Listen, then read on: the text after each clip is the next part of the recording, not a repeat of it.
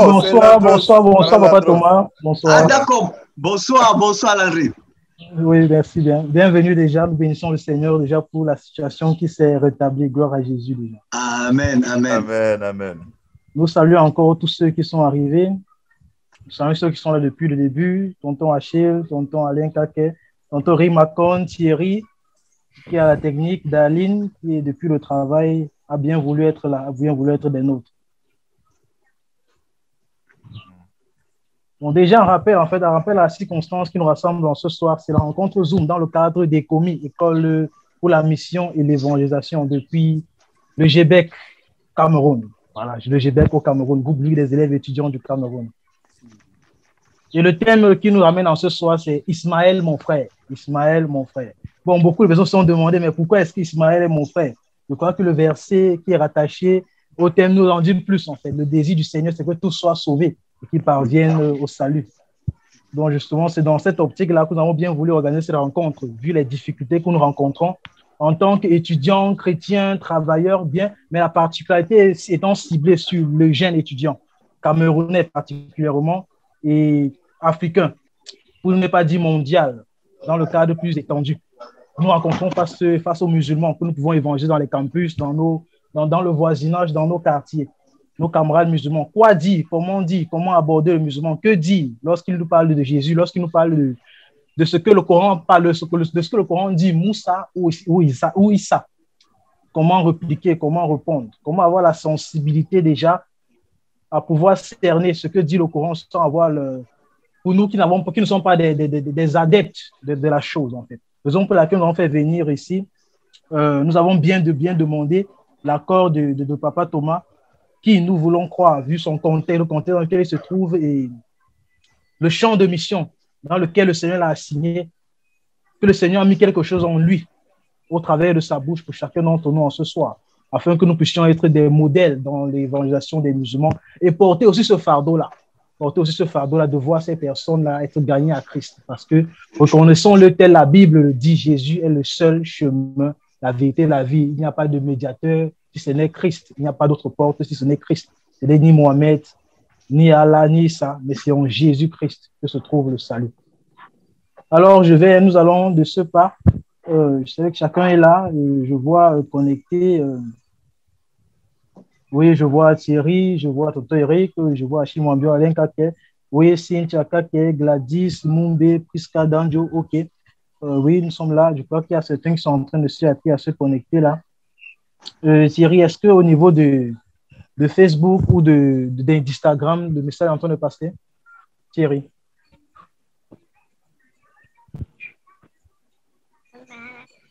Bon, actuellement, c'est en train de se configurer. Je ne sais pas si ça sera possible, mais si c'est possible, j'enverrai le lien immédiatement.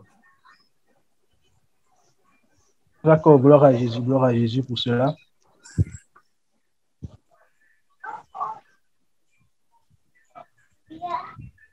Voilà.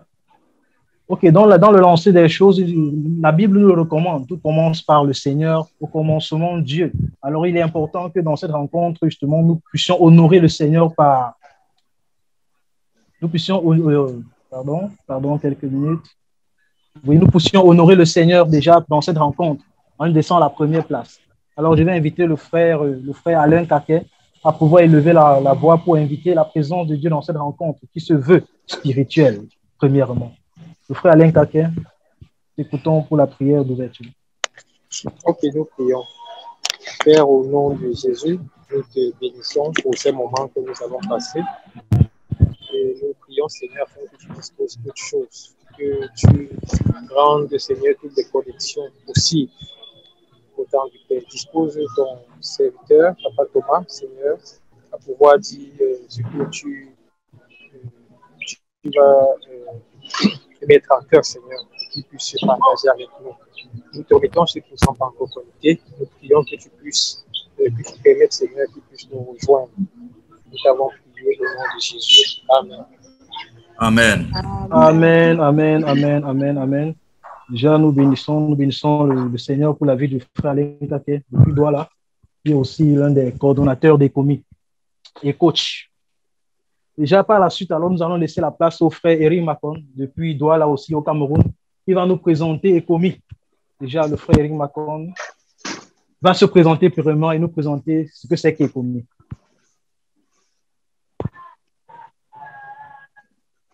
Sorry, j'avais coupé mon micro. Sorry.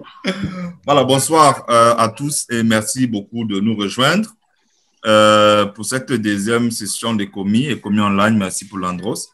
Alors, ECOMI, c'est l'école, c'est un sigle, hein? C'est ECOMI, donc École pour la mission et l'évangélisation. École pour la mission et l'évangélisation. C'est une structure locale. Ah, c'est vrai comment demander de me présenter. Je me présente à la fin.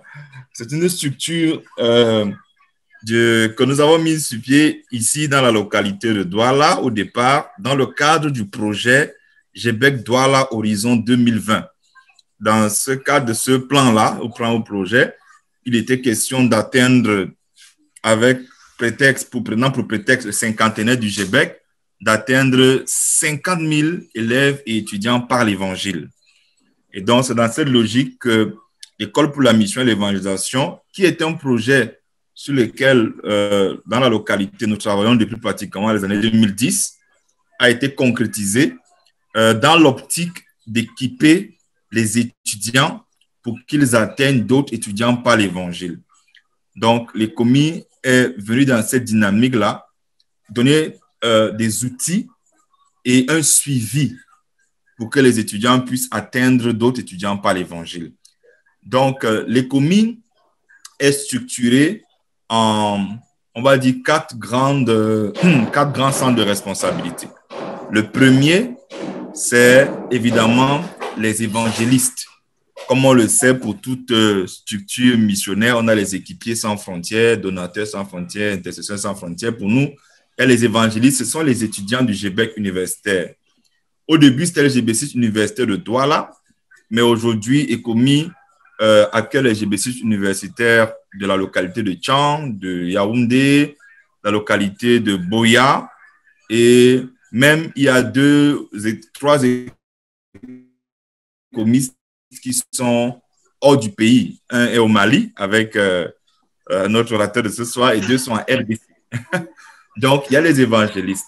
Les évangélistes, on les stimule à l'évangélisation en donnant ce qu'on appelle des challenges. Le but premier de la première édition de l'ECOMI, c'était de leur donner de vaincre la gêne, la peur, la honte, timidité à la prédication de l'évangile. Et dans cette optique, on leur donne ce qu'on appelle des challenges, c'est-à-dire un nombre d'étudiants à atteindre par l'évangile en une semaine. Donc, et chaque challenge a un nom pour coller à l'esprit jeune, pour se motiver. Donc, il y a 4 grands groupes de challenges. Le premier, c'est ce qu'on appelle les gospel preachers. C'est le challenge d'entrée, donc prêcher à l'évangile à un seul étudiant par semaine. Le deuxième challenge, c'est les student conquest. Initialement, c'est prêcher à 2 personnes par semaine. Ça, c'était la première édition de l'ECOMI. Le troisième, c'est les soul winners, prêcher l'évangile à 3 personnes. Et le dernier, c'était les gospel warriors, donc les guerriers de l'évangile, prêcher à 5 personnes par semaine. Donc, ça, c'était la première édition de l'ECOMI. Et donc, nous avons eu environ une vingtaine de GBC universitaires. Mais les challenges ont grandi avec les éditions. Donc, quand ceux qui étaient au niveau 1, l'année qui suivait, sont passés au niveau 2, leurs challenges deviennent plus grands normalement. Donc, il y a ce qui fait qu'au bout de 4, on avait ECOMI le niveau 1, le niveau 2, le niveau 3, le niveau 4. C'était les mêmes catégories de challenge, mais pas les mêmes. C'est-à-dire que les Gospel Warriors, par exemple, niveau 4, c'était 10 étudiants à prêcher par semaine. Et Gospel Warriors niveau 3, bon, ils sont là, hein, ils peuvent me corriger. C'était, je ne sais plus, 7, ainsi de suite. Donc, en fait, le challenge est libre. L'idée, c'est que je choisis un challenge qui sied à mon emploi du temps, qui sied à mes ambitions, et je m'engage à prêcher. Mais maintenant, on ne les laisse pas seuls. Toutes les 2 semaines, on a des sessions de training. Bon, c'est notre déformation un peu d'informaticien en termes de méthode agile. En la méthode agile, on dit qu'on construit un produit de façon cyclique. Donc, toutes les 2 semaines, on se voit, on évalue, on forme et puis il continue. Mais on ne les a pas laissés seuls. On a créé une autre section, un centre de responsabilité qu'on appelle les coachs gospel, donc les coachs en évangile. Et ces gospel coachs, leur travail, c'est d'encadrer les écomistes, de les encadrer. Donc, chaque coach à l'écomie, on lui donne 2 ou 3 étudiants. Le but est de faire le suivi de l'étudiant même, mais également le suivi de son challenge.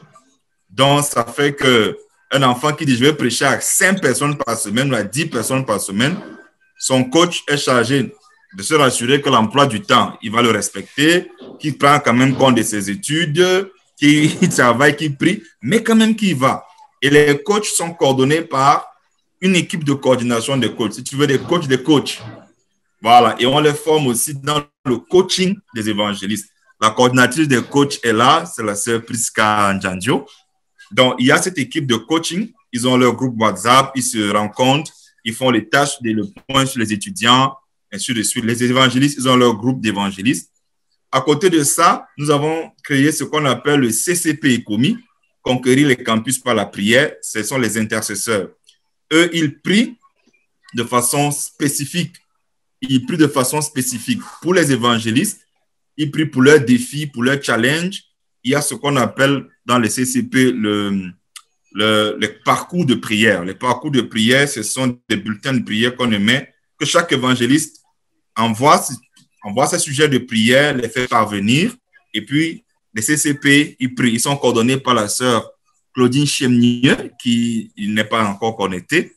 Donc, il y a aujourd'hui environ 78 écomistes. Ils sont encadrés par 35 coachs, plus qu'à peu confirmé, environ 35 coachs, et qui sont soutenus par 11 intercesseurs.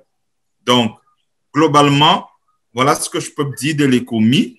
Et puis, il y a toute une équipe qui fait du suivi statistique, suivi financier, la mobilisation des donateurs. C'est le frère Alain Kaké qui s'occupe de mobiliser les donateurs pour les projets qu'on a. Donc, dans l'écomie également, on a le concept des t-shirts écomie. Donc, à chaque édition d'écomie, on a des t-shirts évangéliques qu'on produit. Le but est de faire des écomistes des traités d'évangélisation ambulants. Donc, toujours dans l'optique de casser la gêne et la honte, ils portent des t-shirts avec des messages de choc. Le message de cette année, c'est c'est quoi là, les gars? Si tu meurs sans Jésus, tu vas l'heure.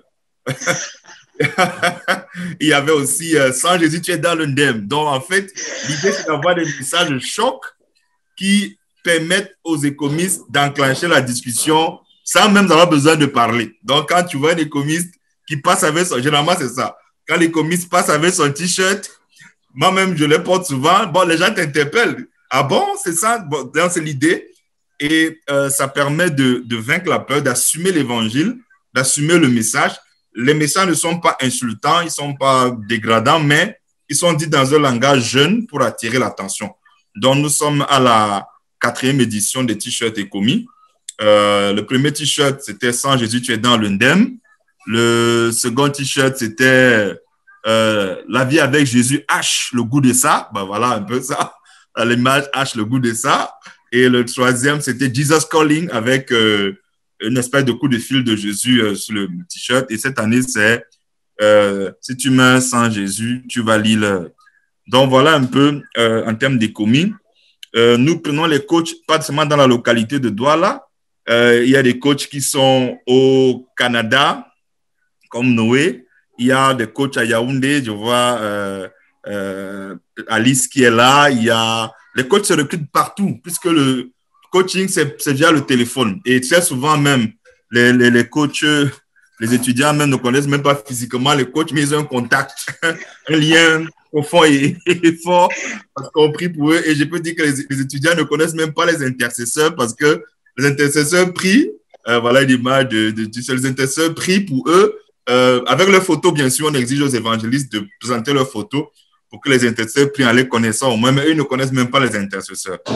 Donc, voilà les commis. Et je pourrais dire que les coachs se recrutent partout. C'est vraiment toute personne qui voudrait apporter du sien pour l'encadrement des évangélistes. Un autre aspect de l'ECOMI également, c'est le parrainage. Le parrainage de l'ECOMI, l'idée, c'est véritablement de donner des modèles de vie et d'implication dans l'œuvre des groupes bibliques. Voilà pourquoi chaque année, on a un parrain. La première édition, le parrain, c'était le Dr Vincent Ebé. La deuxième édition, c'était Maman Thérèse Anon. La troisième édition, c'était cinquantenaire du GBEC. Bon, avec le Covid, là, c'était compliqué de trouver quelqu'un, tu imagines. Et dans cette édition, nous sommes en train de réfléchir sur un troisième orateur.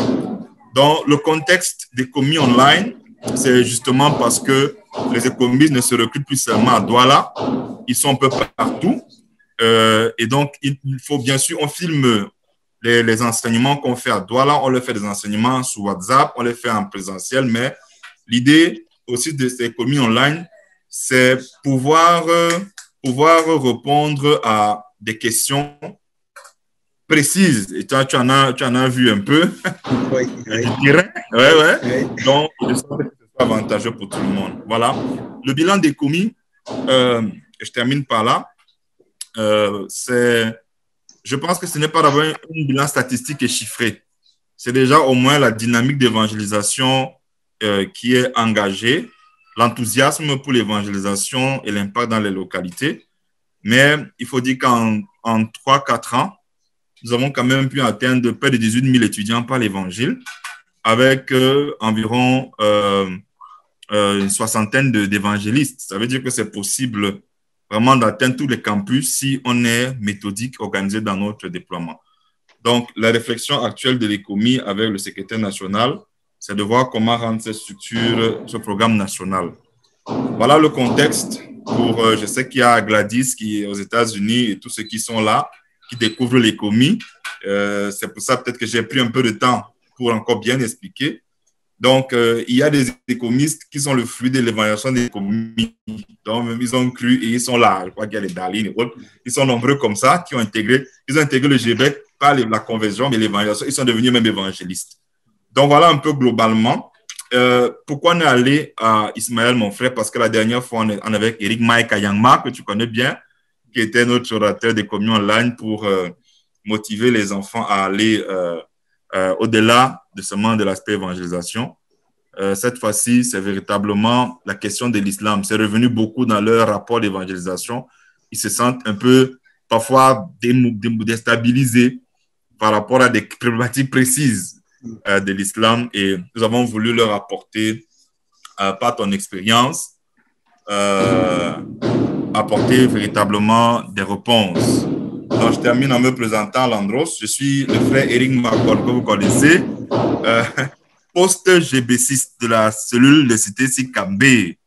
Voilà, aujourd'hui, je suis missionnaire à plein temps pour l'IFES Afrique francophone, travaillant à la mise en place de l'agence missionnaire d'envoi des GBU.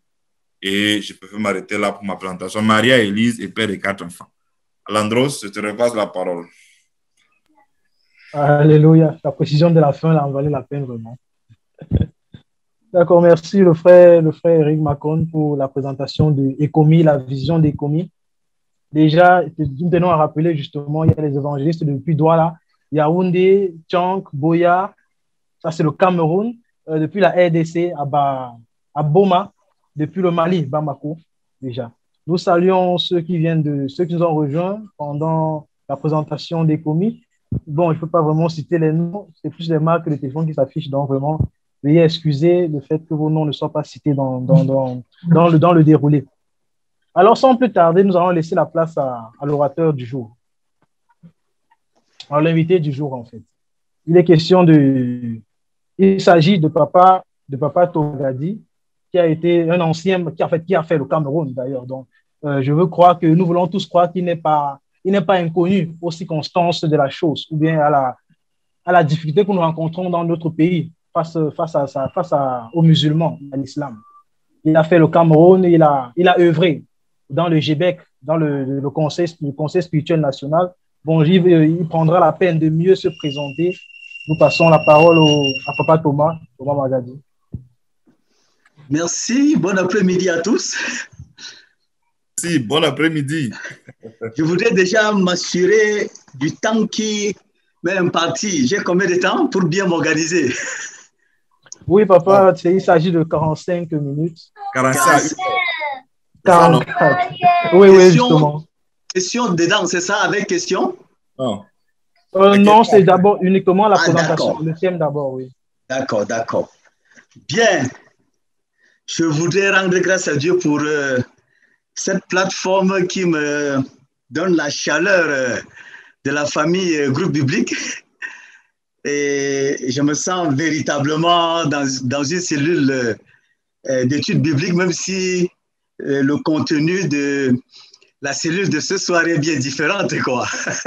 Habituellement, on fait l'étude selon notre modèle classique, mais j'avoue que depuis que je suis là, je n'ai pas vu à faire une cellule du groupe biblique. J'ai rencontré le SG, j'ai rencontré des frères, bon, mais là, je crois que je me sens davantage réjoui par rapport à cette plateforme.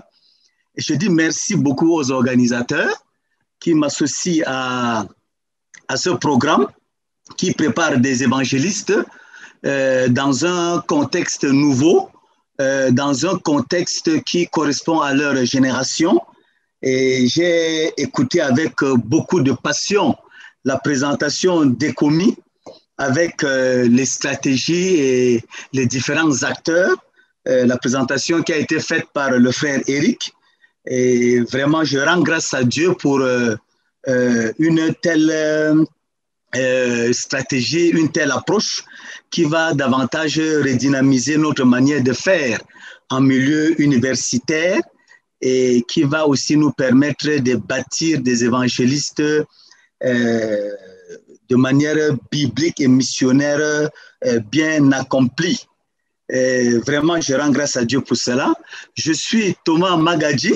La présentation ne sera pas longue. Je suis membre du groupe biblique, c'est tout. C'est assez suffisant. Je suis membre du groupe biblique depuis 3 décennies. Et je suis un produit en pourcentage significatif du groupe biblique. C'est pour ça que je suis redevable au groupe biblique. Et quand Eric, le frère Eric m'a joint, m'a contacté pour ce programme, je lui ai dit que c'est une dette.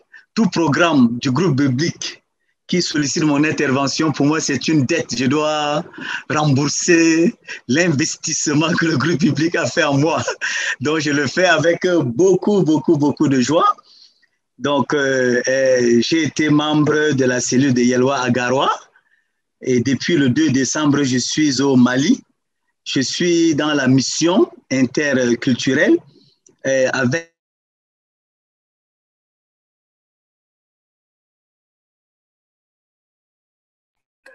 Notre orateur a été coupé. Nous allons patienter. Thierry, est-ce qu'on peut reprendre l'orateur? J'ai l'impression qu'on a coupé le courant là-bas chez lui. Oui, oui, parce que c'est l'image, bon, il va certainement reprendre, on va regarder. Voyons.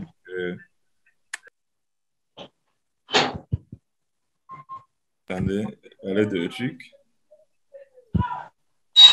Ok, rappelons déjà que les questions peuvent être posées. Les questions peuvent être posées dans le chat, en fait, dans le volet discussion, sur la plateforme de discussion, que nous puissions le relayer auprès de l'orateur. Une question en rapport avec le thème de la soirée. Ismaël, mon frère.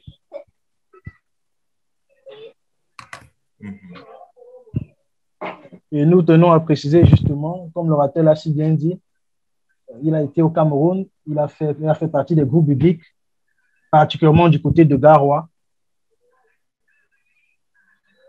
où le Seigneur l'a vraiment utilisé dans le cadre de l'évangélisation, particulièrement la mission auprès des musulmans. Ah, il est là, Landros. Oui, justement. D'accord, nous laissons la place à l'orateur. Le micro est coupé.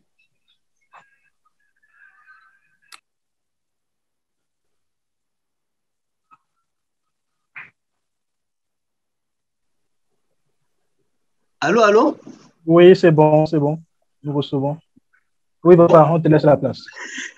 C'est un, excusez le désagrément, hein? Nous sommes en Afrique.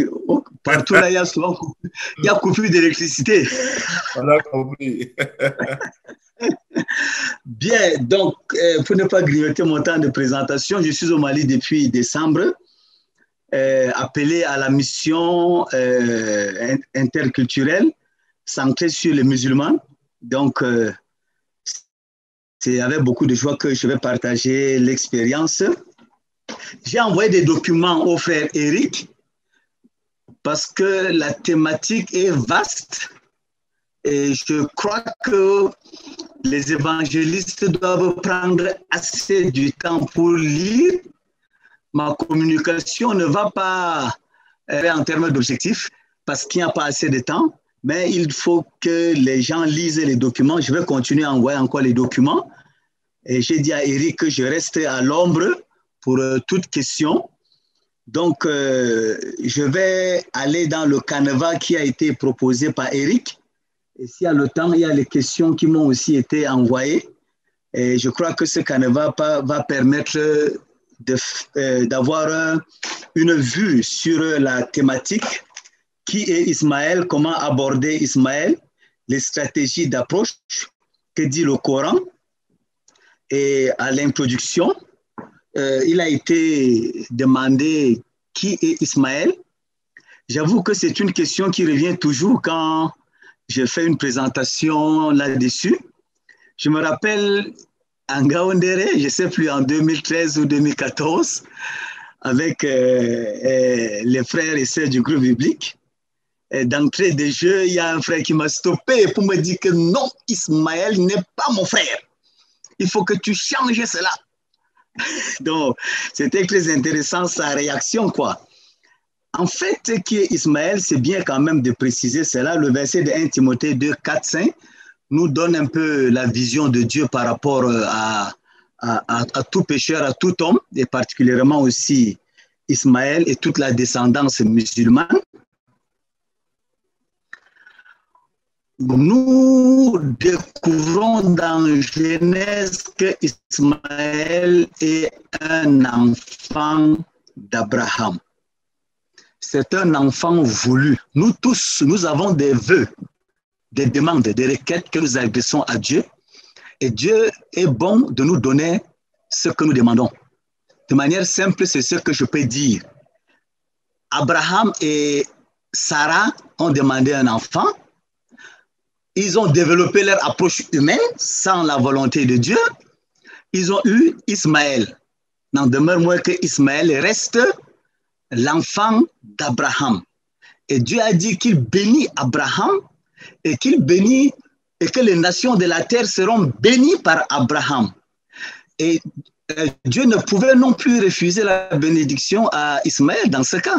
Si nous lisons bien les bénédictions qui ont été données à Ismaël dans Genèse, c'est pratiquement les mêmes bénédictions que Isaac a eues. Donc, en termes de bénédictions terrestres, en termes de mission, bon, c'est presque la même chose, mais c'est la mission qui change parce que Isaac est la promesse. C'est ce que Dieu a promis donner et Ismaël est ce que l'homme demande.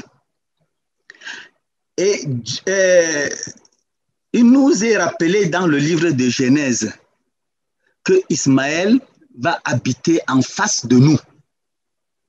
Le livre de Genèse nous dit Ismaël sera en face de nous, il sera un âne sauvage, un contre tous et tous contre un. Je crois que c'est une révélation prophétique qui nous prépare déjà à intégrer que Ismaël, par la descendance patriarcale Abraham, est notre frère. Parce qu'il a eu les bénédictions terrestres autant que Ismaël. Et aujourd'hui, il habite en face de nous. Qui, dans son bureau au Cameroun, dans son milieu socio-professionnel, n'a pas de musulmans? Ce n'est pas forcément l'habitation familiale maison. Qui n'a jamais voyagé dans le même bus, Douala, Yaoundé, Yaoundé, avec un musulman? C'est cette cohabitation qui nous a été révélée dans Genèse. nous préparant à la réalité que Ismaël est un frère proche de nous. Mais maintenant, c'est un frère que le Seigneur approche pour nous mettre en mission. Pour nous mettre en mission. Bon, c'est pas parce qu'aujourd'hui, je suis né de nouveau, je suis enfant de Dieu que je vais dire que les autres ne sont pas mes frères.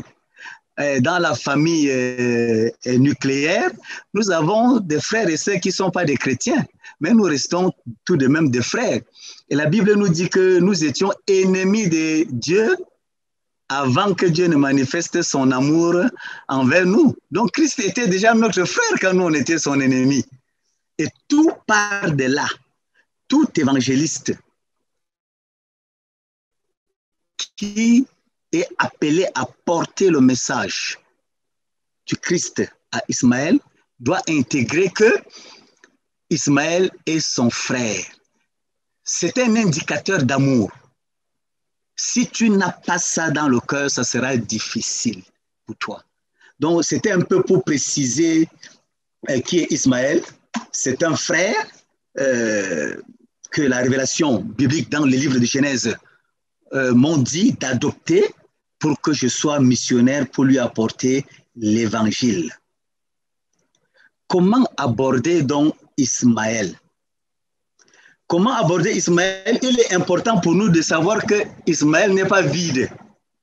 Le plus souvent, nous faisons cette erreur-là.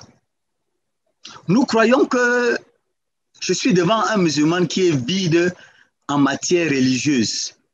Il ne connaît rien. Je vais ouvrir la tête, ouvrir le cœur, verser l'évangile et je referme. Et je vais faire le discipolat et puis bon, il fait le témoignage, on dit Alléluia, Amen. Il n'est pas vide spirituellement parlant. Ismaël, c'est un religieux. C'est un religieux monothéiste au sens des livres. Il est un monothéiste, il est un fidèle religieux. Nous connaissons les religions monothéistes sont à trois. Le judaïsme, le christianisme et puis l'islam. Monothéisme de par la source abrahamique, monothéiste aussi de par les livres. Et Ismaël se réclame d'un religieux monothéiste. Ça, c'est un fondement qui lui donne beaucoup de force devant un évangéliste qui vient avec son évangile. Il va lui renvoyer le message comme quoi il n'est pas un mécréant. Il croit à quelque chose. Et il a une foi révélée. Bon, là maintenant, je parle de manière équilibrée. Hein. Je voudrais que nous comprenions que je ne parle pas à partir de la chaise chrétienne. Je parle sur une chaire de théologie musulmane pour que vous puissiez comprendre. Et si vous ne vous déconnectez pas de l'habit évangélique chrétien, pour comprendre le musulman, il sera un peu difficile. Donc, il faut comprendre que Ismaël, lui, il intègre qu'il a une foi, et cette foi, c'est une foi musulmane, et une foi qui est monothéiste, et qui a pour père de foi aussi Abraham, et il a un livre, autant que le chrétien qui a un livre. Donc, quand vous vous approchez de quelqu'un qui a les sources palpables, les sources qu'il intègre dans son adoration, dans sa louange, dans sa discipline de foi, je vous assure qu'il faut aller avec beaucoup de tact et beaucoup de sagesse parce qu'il n'est pas un tonneau vide. Il est un adorateur. Il se prosterne tous les jours. Les 5 jours, les 5 prières rituelles de la journée, il le fait. Et il ne le fait pas en cachette, tout le monde le voit. Quelquefois même, il risque de nous retourner l'ascenseur pour dire que vous les chrétiens, vous ne priez pas, parce qu'il ne nous voit pas prier. Donc, Ismaël, c'est quelqu'un qui pratique sa foi monothéiste et il a les livres qui l'accompagnent à cette pratique-là. Je crois que c'est bien de comprendre cela.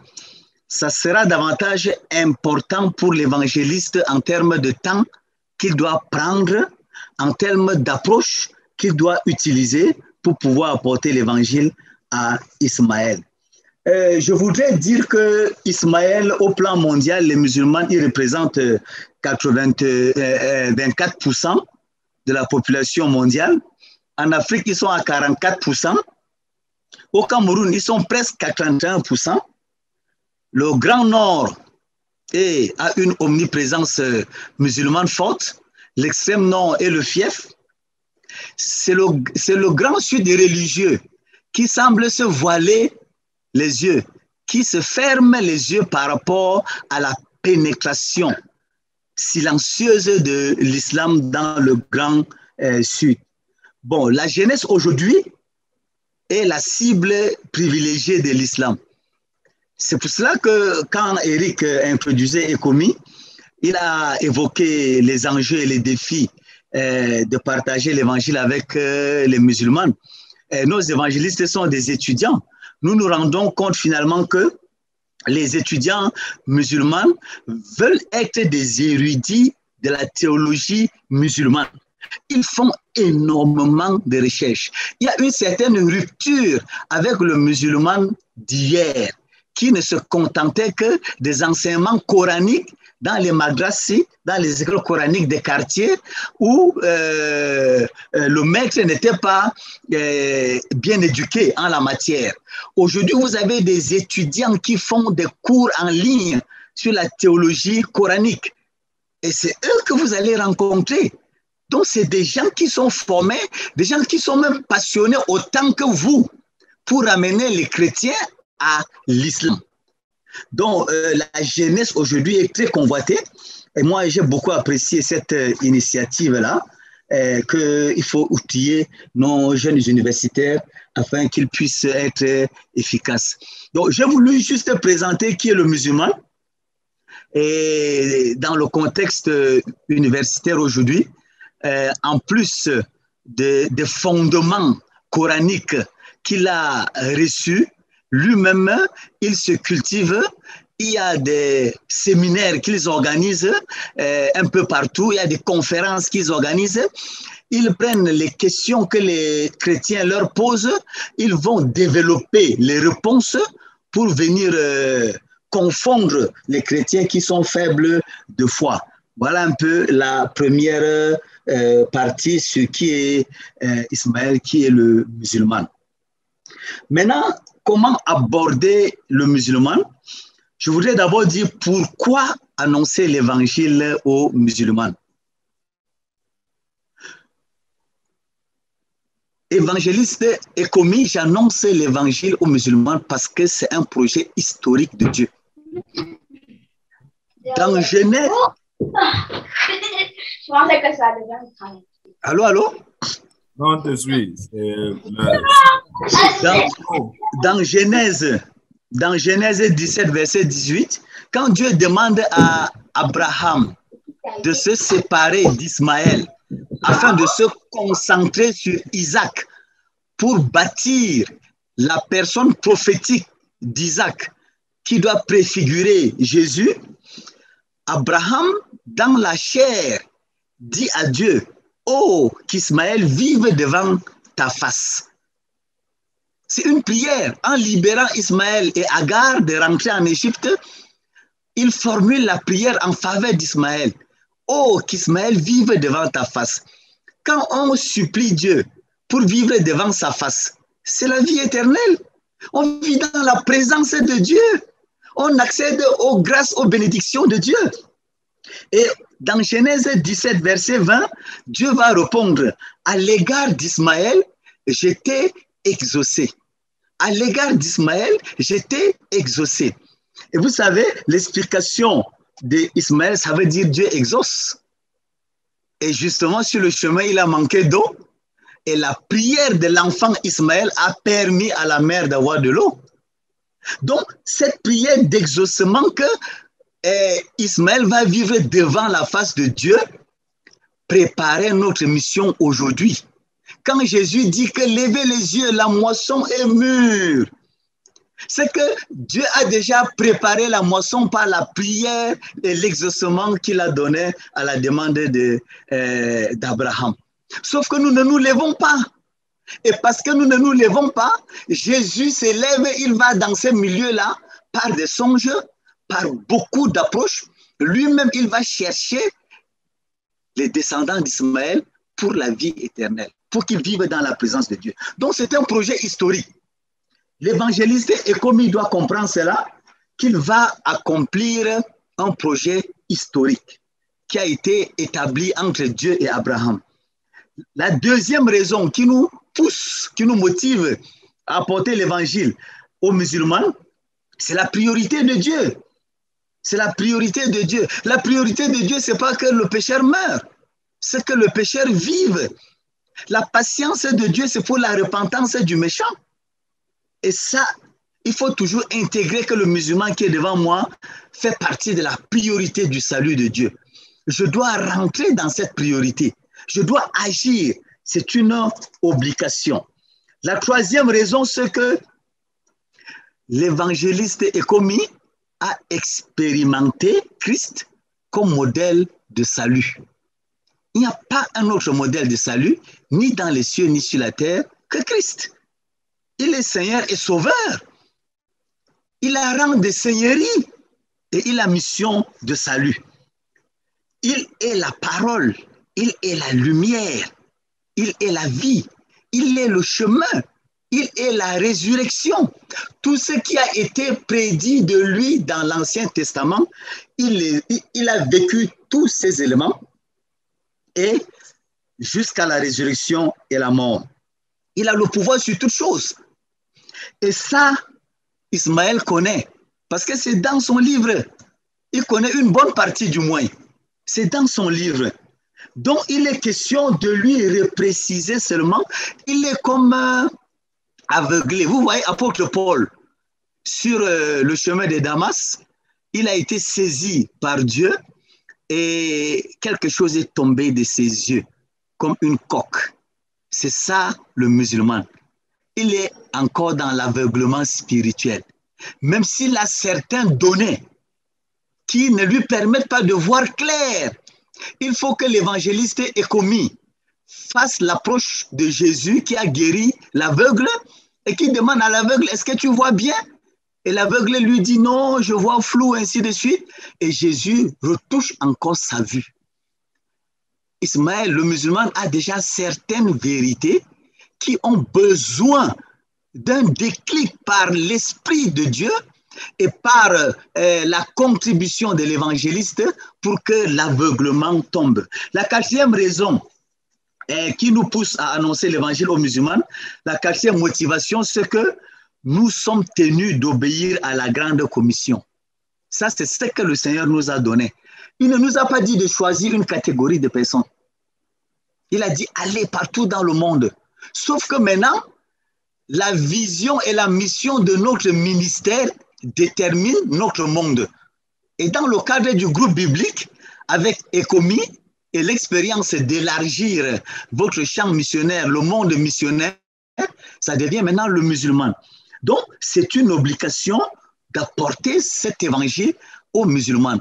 Ce n'est pas une option, c'est une priorité urgente. Parce que Ézéchiel nous dit, dans le livre d'Ézéchiel, on nous dit que nous aurons un compte à rendre. Mais pour cela, il faut franchir la frontière. Nous ne sommes souvent pas prêts pour franchir la frontière. Nous restons dans notre milieu, nous restons dans notre confort. C'est comme un pêcheur qui est au bord du fleuve, il balance la ligne et il attend attraper son poisson de l'extérieur. Avec le musulman, ça ne se passe pas comme ça. Il faut aller dans l'eau. Il faut aller dans l'eau comme Jésus n'est pas resté au ciel pour nous balancer une ligne et nous pêcher pour nous faire remonter au ciel. Il est redescendu parmi nous. Jésus a franchi la frontière. Il a quitté la frontière de la gloire, la frontière de confort, la frontière de sainteté, la frontière, le meilleur milieu. Il nous faut franchir les frontières. La première frontière, ligne de frontière qu'il faut franchir, il faut aimer le musulman. Il faut aimer le musulman. Je vous assure qu'il y a des chrétiens et même des pasteurs, quand je donne des séminaires, qui disent que tous les musulmans, là, qu'ils aillent en enfer. Que tous les musulmans, ils prophétisent la malédiction sur eux. Tu ne peux pas aimer quelqu'un tu ne peux pas amener quelqu'un à la vie éternelle sans l'aimer. Jean 16 nous dit quoi? Que Dieu nous a d'abord aimés avant de nous donner la rédemption de salut en Jésus-Christ. Nous voulons le salut du musulman, mais nous ne l'aimons pas. Ce n'est pas possible. La grande motivation pour partager le salut que nous avons reçu en Jésus, c'est l'amour. La deuxième ligne de frontière, il faut considérer le musulman. Il ne faut pas mépriser le musulman. Il ne faut pas le dédaigner. Il ne faut pas le regarder avec paradigme. Il faut le considérer. Il est créé par Dieu. Il a besoin du salut. Il a besoin d'un regard de compassion. Il faut comprendre le musulman. Jésus nous a compris pour nous donner le salut. S'il fallait que Jésus s'attarde à ce que nous le comprenions pour nous donner le salut, personne n'allait être sauvé. Personne. Mais Jésus nous a compris. Que chacun se souvienne le temps qu'il a fallu pour qu'il dise oui au salut de Jésus. Mais Jésus nous a compris dans nos hésitations, dans notre endurcissement, dans nos refus, et même maintenant aussi dans notre relation avec lui. Souvent nous tombons, mais il nous comprend toujours. Il faut comprendre le musulman dans son contexte pour mieux répondre à ses besoins de foi en Jésus-Christ. Il faut voir le musulman comme il est. Ne vois pas le musulman comme un chrétien. Moi, j'ai beaucoup partagé à ce sujet avec Eric. Je ne vais pas, avec le background d'Eric, je ne vais pas regarder tous les musulmans comme des gens qui ont été préparés à la manière d'Eric. Chacun a ses réalités. Je dois accorder un temps à chacun en tant que musulman pour le voir comme il est. C'est là où j'aurai des stratégies. C'est là où le Saint-Esprit va me révéler les portes ouvertes afin d'apporter l'évangile. Maintenant, il faut avoir les sentiments du Christ pour le musulman. Il faut avoir le sentiment du Christ pour le musulman. Donc, nous avons beaucoup de lignes de frontières à franchir afin d'apporter l'évangile aux musulmans. Bon, maintenant, on passe aux approches. J'aime souvent pas donner des approches sur ce terrain de mission en milieu musulman parce que, honnêtement, je m'appuie beaucoup sur Acte 1, verset 8, qui dit que le Saint-Esprit est la puissance missionnaire. Et Jésus nous dit que le Saint-Esprit va parler en nous, le Saint-Esprit va convaincre, le Saint-Esprit va agir. Ce qui fait que la première approche que je recommande, c'est beaucoup plus l'écoute de l'Esprit Saint.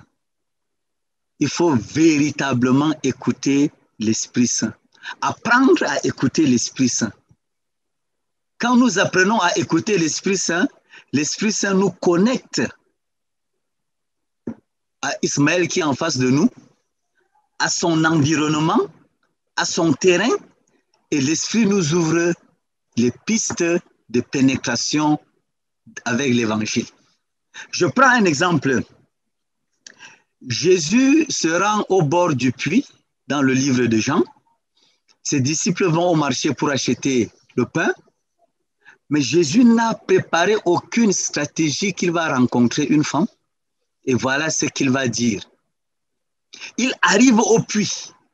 Puisqu'il est toujours connecté à l'Esprit, l'Esprit conduit le dialogue. Et Jésus sait ce qu'il veut de cette femme. Jésus établit le dialogue et Jésus se révèle à cette femme de manière graduelle, jusqu'à ce que l'ignorance de la femme passe à la révélation sur la personne de Jésus et la découverte de Jésus comme celui de qui il a été question dans le livre. Et une fois que la femme a reçu la révélation, la foi en Christ est née. Elle est allée en ville, elle est devenue évangéliste.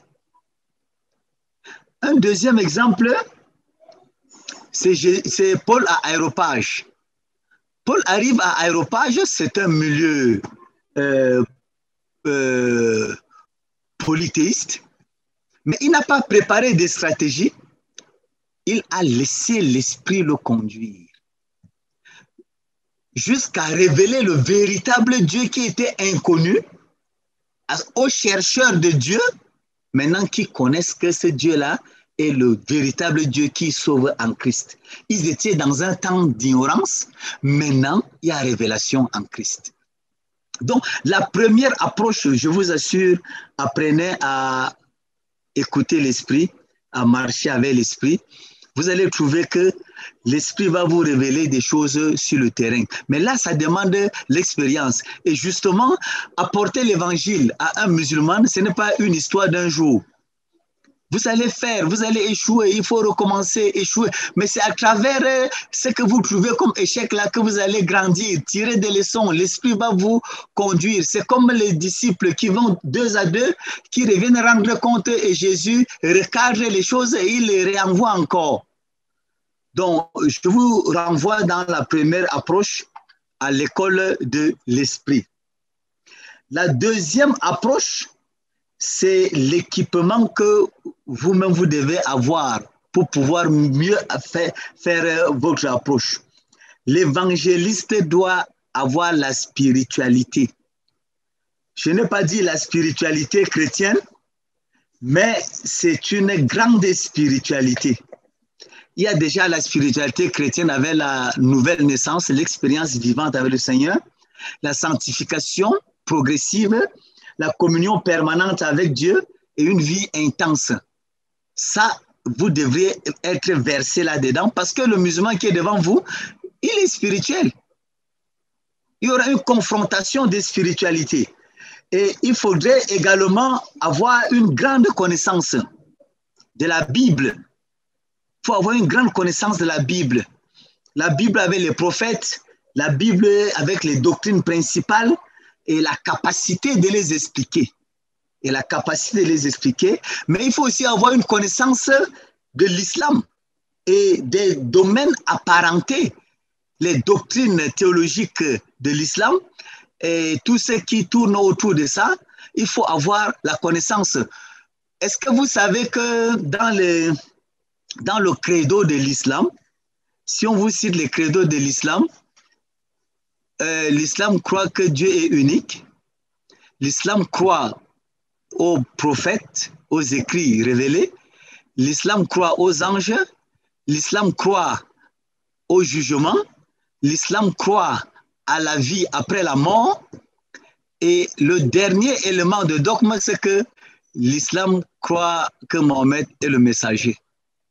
Sur 5 éléments, c'est un seul qui n'est pas compatible aux réalités doctrinales de la Bible. Vous voyez qu'il a une spiritualité qui le réconforte si vous parlez de spiritualité. C'est pour cela qu'il faut avoir des connaissances aussi dans le domaine coranique qui complètent votre connaissance pour une certaine autorité spirituelle et doctrinale dans le dialogue. Et il faut aussi votre témoignage. Je vous assure que le musulman qui est avec l'universitaire, qui se réclame d'être chrétien, il est observateur. Même si tu ne lui dis pas, il t'observe. Il va chercher à évaluer ton témoignage en parole et en acte sur ta déclaration de foi. Ton crédit ou ta perte de crédit va dépendre de ton bon témoignage ou de ton mauvais témoignage. Et ça, c'est important de l'avoir. Il faut veiller sur ça. Donc, voilà un peu les équipements qui doivent être le fondement des approches que tu dois avoir. Donc, en plus de l'approche spirituelle, il y a des approches ponctuelles. Dans le cadre des ECOMI, il faudrait annoncer l'évangile peut-être à un programme. Il y a un week-end d'évangélisation ou bien il y a une conférence et là, on invite un ami musulman. Il faut lui donner l'évangile. Et là, je crois que, écoutant l'esprit, il faut être direct. Il faut être direct. Le message de l'évangile est simple. C'est le message qui a été annoncé par les prophètes dans l'Ancien Testament. La personne prophétique de Jésus. Jésus, il va naître, il sera le Dieu présent parmi nous, Emmanuel. Il sera un serviteur souffrant, mourant, il va ressusciter. Le troisième jour, il va monter dans sa gloire au ciel et il va redescendre. C'est ça le message. Il n'y a pas de message que ça. Et c'est ça que Jésus a annoncé aux disciples d'Emmaüs. C'est ça que Philippe a annoncé à l'eunuque éthiopien. C'est ça que Pierre a annoncé après la Pentecôte. Et c'est ça que nous devons annoncer. Voilà la clé du message. Et le musulman a une partie de ces messages racontés de manière floue dans son livre. Donc, il est question de lui repréciser ces messages-là dans un entretien direct et ponctuel. Mais maintenant, il faut passer par l'assurance du salut. C'est ça qui le confond. Une question simple. Si tu meurs maintenant, est-ce que dans ta religion, tu as l'assurance du salut? Je sais que tu es un bon musulman, mais est-ce que tu as l'assurance du salut? Est-ce que tu sais où tu vas? Ça, c'est l'approche la plus simple, la première. Parce qu'il n'y a pas le message, il n'y a pas de garantie de salut dans ce livre et dans cette religion. Vous savez,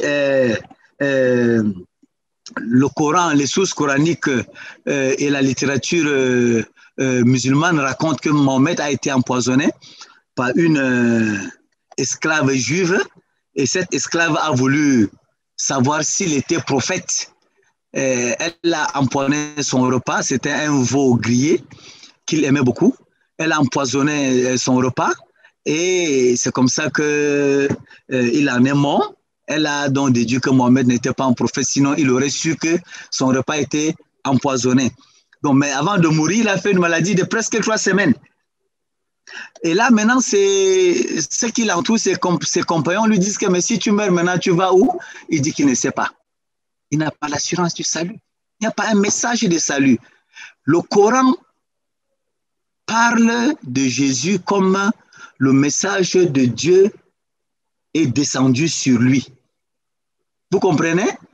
L'évangile est descendu sur Jésus. C'est comme ça que le Coran parle de Jésus et du message de Jésus. Tandis que dans la Bible, Jésus est l'évangile. Jésus est la bonne nouvelle. Ce n'est pas que la parole de Dieu est descendue. C'est une forme de confusion comme les paroles coraniques sont descendues sur Mohammed pour qu'il les récite, afin qu'on les transcrive sur papier. C'est la même chose qu'on dit que l'évangile est descendu sur Jésus. Ça veut dire que l'évangile est coupé de la personne de Jésus alors que Jésus est évangile. Voilà un peu comment vous devez être centré sur l'assurance du salut avec Jésus comme la bonne nouvelle, Jésus comme le message. Là, c'est quand vous avez un programme ponctuel. Mais si vous avez un programme à court et à long terme, il vous faudra une approche conséquente. L'approche conséquente pourra être l'amitié, l'amour, le dialogue dans le respect. Et s'il déduit que vous avez un comportement chrétien, parce que le Coran respecte les chrétiens. Il y a des versets coraniques qui montrent que le musulman respecte le chrétien. Et s'il découvre que vous êtes chrétien, votre conversation va aller en profondeur. Votre conversion va aller en profondeur, mais avec votre spiritualité chrétienne et votre connaissance sur les écrits coraniques et les doctrines, vous serez bien positionné pour lui apporter l'évangile. Et voilà un peu ce que je peux dire comme approche, mais il y a des approches qu'il faut éviter. Bon, il y a une approche ici que je dois dire. J'ai envoyé tous ces documents-là déjà à Eric. Hein. Il y a l'approche comparative. Il y a l'approche comparative, Jésus et Mohammed. Vous pouvez faire cette approche comparative. Vous déconstruisez les deux personnes dans les différents livres et vous les reconstruisez ensemble avec lui. Sur la base de ces écrits, une révélation va sortir quelque part. Il y a eu des théologiens coraniques qui sont devenus chrétiens par cet exercice. Il y a aussi l'approche comparative de ces deux livres-là, le Coran et la Bible. Les sources, les messages. Je vous assure, si vous lisez le Coran de bout en bout, le Coran n'a pas un message. Le Coran n'a pas un message comme la Bible. Dieu a un projet à partir d'Éden. Un projet de salut de l'homme. Voilà le message. Et le projet tourne autour de Dieu et de Jésus. Mais le Coran n'a pas de message. Il y a l'adoration, certes, la louange. Dans les saintes prières, là, les saintes prières que le musulman fait, en fait, il n'y a pas de requêtes. C'est les adorations. Ce sont les adorations. Donc, vous pouvez faire une approche comparative des deux livres sur les messages pour découvrir le message de Dieu. Quel est le message de Dieu dans le Coran? Dis-moi. Lui va vous dire et vous lui dites. L'approche comparative aussi sur la proposition ou la proposition de salut de l'homme. Le projet de Dieu dans le Coran parle du péché. Le Coran dit qu'il y a le jugement. Le Coran dit qu'il y a la mort, qu'il y a l'enfer et le paradis. Mais quelle est la proposition que le Coran donne par rapport à ça? Vous faites une étude comparative. Ça va lui ouvrir les yeux. Vous pouvez aussi faire une approche comparative sur les personnages bibliques. Il y a Dieu et Moïse. Le Dieu du Coran, il se présente comment? Le Dieu de Moïse, il se présente comment? Et vous continuez dans cette approche-là.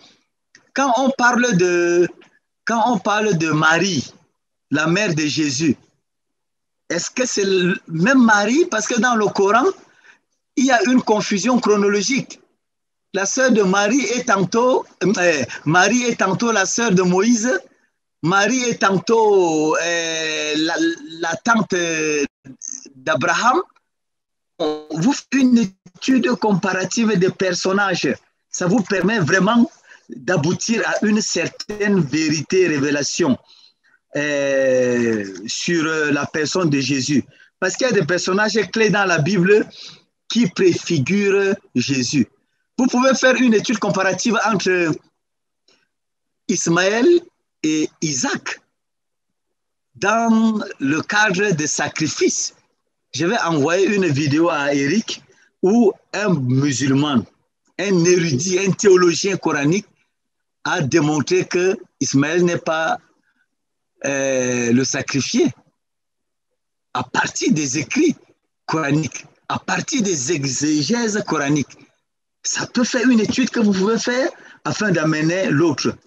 Donc, voilà un peu les approches que vous pouvez faire à partir de la Bible, à partir des deux livres, Coran, Bible, à partir des deux personnes, Jésus, Mohamed, à partir des personnages bibliques, à partir des messages que donne chaque livre, à partir des solutions, des propositions de solutions.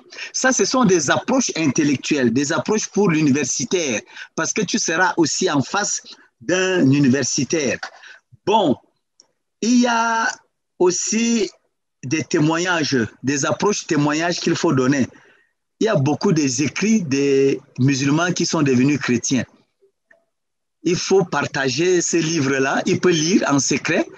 Dieu, j'ai osé l'appeler Père, c'est une Pakistanaise qui a écrit ça. Il y a beaucoup d'ouvrages. Il y a les témoignages audio des musulmans convertis, audiovisuels des musulmans convertis. Il y a des sites où les musulmans convertis parlent.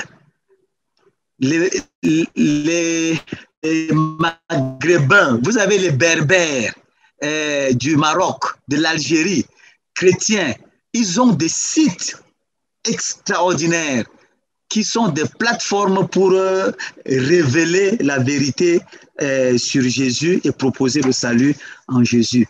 Voilà un peu quelques approches que je donne rapidement Je ne parle pas beaucoup, hein, je ne contrôle plus mon temps. Hein. Non, on te suit. Voilà un peu quelques approches. Bon, mais maintenant, il y a 5 points que je voudrais partager avec vous qui peuvent être des mystères incompréhensibles pour le musulman, mais qui peuvent aussi être des questions pièges pour l'évangéliste et commis. Le premier mystère, c'est le mystère du Dieu d'amour, le Dieu amour. Il n'y a pas l'amour dans le Coran. Le Coran ne révèle pas le Dieu d'amour. Pourquoi? Parce que Dieu est si saint, Dieu est si grand, Dieu est si pur, Dieu est si différent qu'il est distant de l'homme. Vous ne pouvez pas parler d'amour en termes de distance. Il faut un rapprochement. C'est dans la chaleur des rapprochements qu'on peut certifier de l'amour. Dieu a tant aimé le monde qu'il a donné son Fils. Et depuis Éden, Dieu a toujours la présence d'amour. Il vient vers Adam et Ève, même quand ils pêchent, il revient vers eux. L'histoire d'Israël et de Dieu, c'est une histoire d'amour. Notre histoire avec Dieu, c'est une histoire d'amour. Mais cette histoire ne s'exprime pas par une certaine distance. Il y a un rapprochement, il y a la présence de Dieu. Mais tellement le musulman considère Dieu dans sa sainteté, dans sa grandeur, et il l'éloigne de sa foi, que l'amour disparaît. Que l'amour disparaît. En fait, il n'a pas tort. C'est une forme de respect de Dieu, de la personne de Dieu. Mais Dieu nous veut l'accepter parce qu'il vit avec nous. Donc ça peut être un mystère qui fait un déclic pour son changement, qui lui révèle qui est Dieu, mais ça peut aussi être mais ça peut aussi être des questions pièges qui peuvent vous déconcerter. Le deuxième mystère, c'est le mystère du Dieu Père. Le mystère du Dieu Père. Ça, c'est difficile pour lui de comprendre. Comment est-ce que je peux appeler Dieu Père? Il reste dans la chair. Mon Dieu, c'est celui qui est là. Bon, même nous aussi, hein, pour que nous arrivions à comprendre que nous sommes enfants de Dieu, il a fallu que l'Esprit nous ouvre notre esprit à partir de Jean 1. Hein? Parce que quand nous avons reçu la parole, nous avons compris que nous avons le pouvoir de devenir enfants de Dieu. Pas selon la volonté de la chair, mais la volonté de Dieu. Et ça, il lui faut du temps.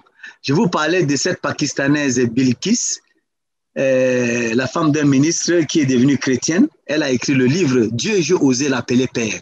Ça lui a pris du temps. Si vous lisez ces livres, vous allez comprendre le musulman dans cette problématique. Le troisième mystère, c'est le mystère de la croix. Le mystère de la croix, ce n'est pas possible. Dieu ne peut pas livrer son fils à la mort. Vous savez, de tous les prophètes dans le Coran, Jésus est le plus auréolé. Jésus est le plus glorifié. Et Jésus est le plus parlé avec de bons témoignages. Et ce n'est pas possible que Dieu puisse tuer son messager de la manière la plus honteuse. Donc la croix n'existe pas. Et vous voyez, même pour les Juifs, la croix n'avait pas un sens. Hein? Ils s'attachaient au miracle. Et les Grecs, ils s'attachaient à la philosophie. La croix reste un mystère que nous intégrons dans notre foi par la révélation, parce que nous sommes devenus enfants de Dieu. L'Esprit nous fait comprendre le sens de la croix et qui est une puissance qui nous libère, et c'est par là-bas que nous sommes réconciliés. Donc, s'il découvre ce mystère, vraiment, c'est une porte ouverte pour le salut.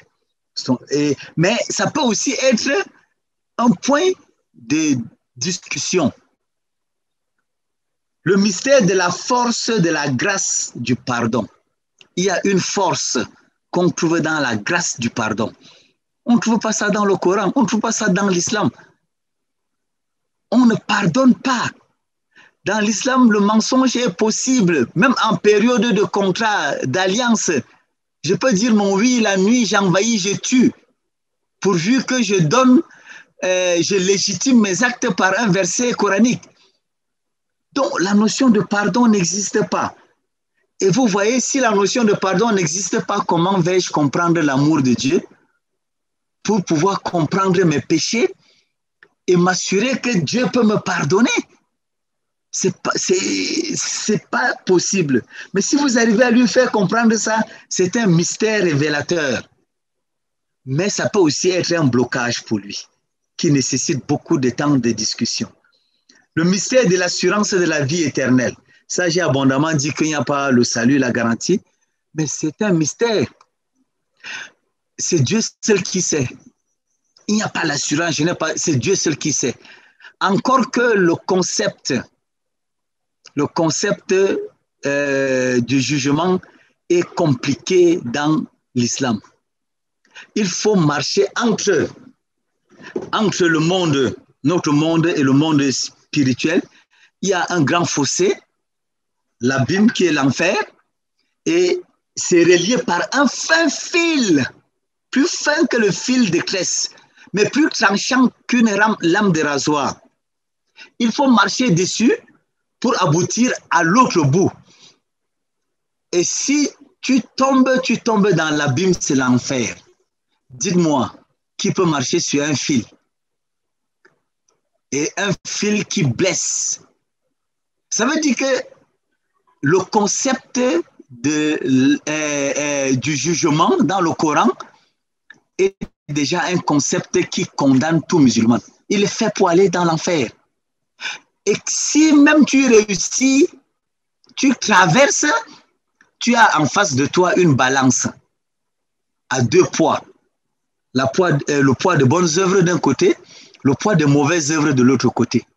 Et là, maintenant, il faudrait que les anges en charge vérifient quand tu étais au monde de bonnes œuvres et de mauvaises œuvres, lesquelles ont été bien faites ou non. Si la balance va de mauvaises œuvres, tu vas en enfer. Et dans l'enfer, maintenant, tu vas attendre. Ça rejoint le concept purgatoire que nous connaissons tous dans la doctrine catholique. Vous voyez que le concept de salut, de jugement dans l'islam est compliqué. Et ça, c'est des mystères qu'il faut enseigner afin que les gens puissent comprendre. Bon, quelques attitudes à avoir. Il y a des attitudes positives. Comme évangéliste, il faut être ouvert, il faut être constamment en prière, il faut être disponible. Je vous assure que le musulman, il va beaucoup vous poser des questions. C'est normal parce que ce n'est pas son terrain. Il faut écouter, il faut le laisser parler beaucoup plus que toi. Ne l'envahis pas. Il veut savoir, découvrir. Ça, c'est des attitudes positives. Il faut éviter l'apologétique conflictuelle. L'apologétique en théologie, de manière simple, c'est l'art de défendre sa foi. Hein? Mais si vous défendez votre foi de manière conflictuelle, vous allez gagner quoi? Le Seigneur nous envoie pour gagner des âmes. Il faut une apologétique de dialogue. Jésus a fait une apologétique de dialogue. Et son apologétique a toujours été en fonction de la personne qui est devant lui. Jésus est devant Nicodème.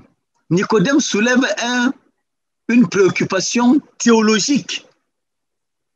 Mais Jésus va dans un débat de dialogue, dans une perspective théologique aussi, mais avec beaucoup d'amour, d'écoute et de dialogue. Le même Jésus est devant la Samaritaine. Vous voyez que le style de dialogue change. Le même Jésus est avec les disciples d'Emmaüs. Ça change. Donc, il faut avoir une approche de dialogue pour aller en profondeur avec la personne. Il ne faut pas avoir de préjugés quand on est devant la personne. Il ne faut pas développer des représentations. Voilà, le musulman là, ils sont durs, ils sont endurcis, ils sont hypocrites. Voilà ce que... tu te bloques. Ouvre-toi à l'esprit et à ton esprit libère les représentations en toi. Pas d'orgueil, pas de surestimation.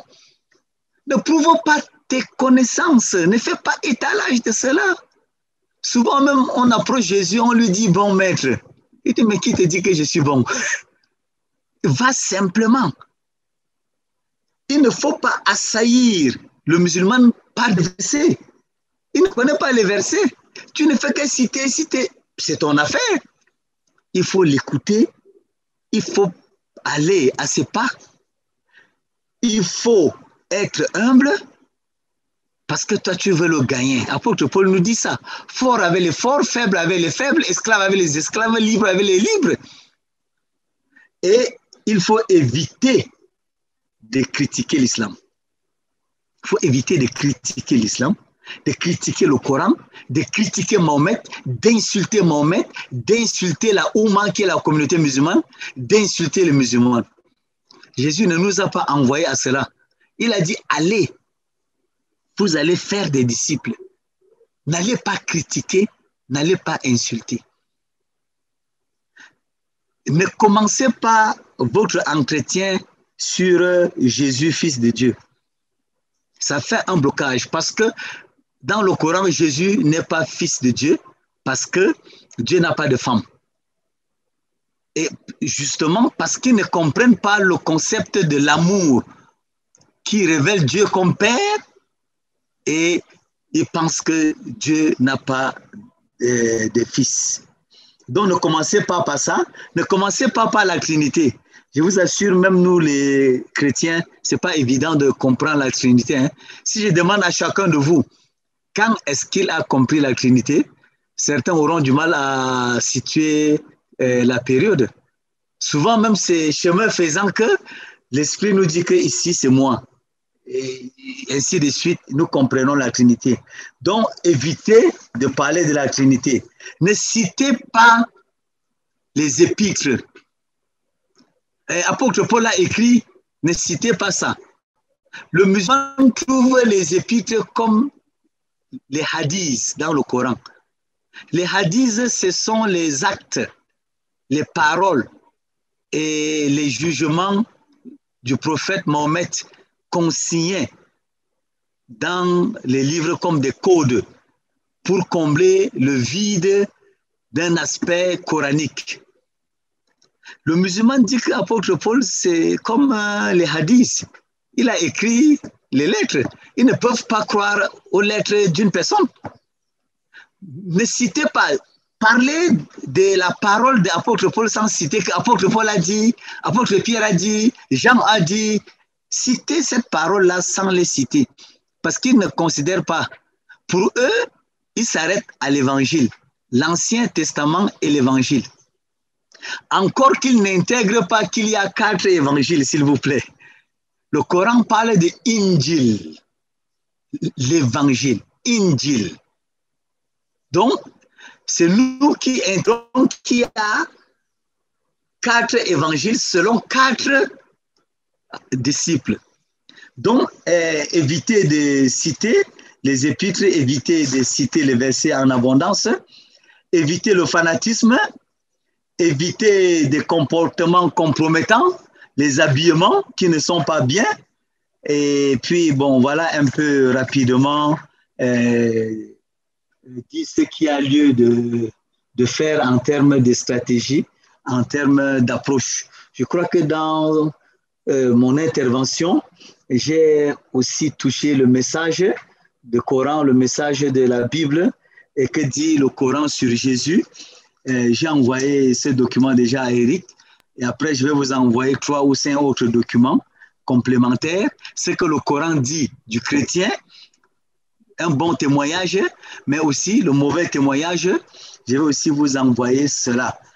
Alors, allons sur le terrain avec la présence du Seigneur qui nous dit « Allez, faites des nations mes disciples ». Allons aussi avec l'amour de Dieu révélé en Christ. Allons avec la puissance de l'Esprit Saint. Et je vous encourage N'arrêtez pas. Vous allez acquérir l'expérience avec le terrain. Je vous ai dit que la première approche, c'est votre présence sur le terrain et vous vous laissez guider par l'esprit. Vous allez tirer des leçons. Il n'y a pas une école où vous allez avoir des approches d'évangélisation auprès d'un musulman. Allez avec le terrain. Vous allez acquérir l'expérience. L'esprit va vous montrer.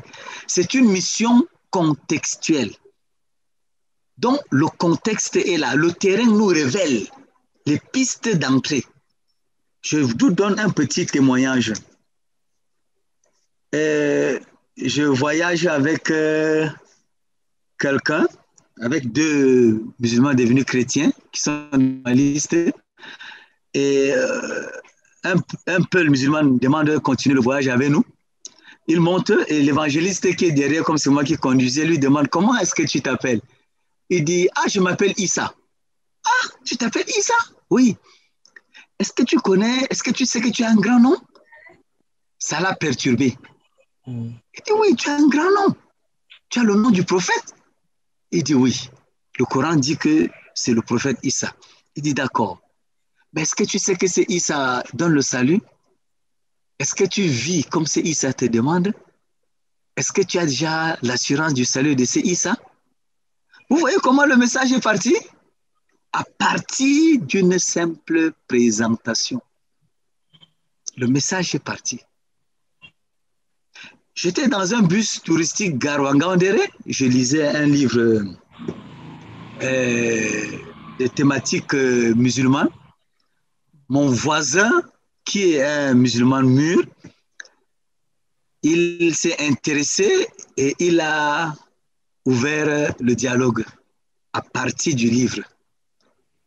Et à partir de ce dialogue-là, nous sommes allés jusqu'au message.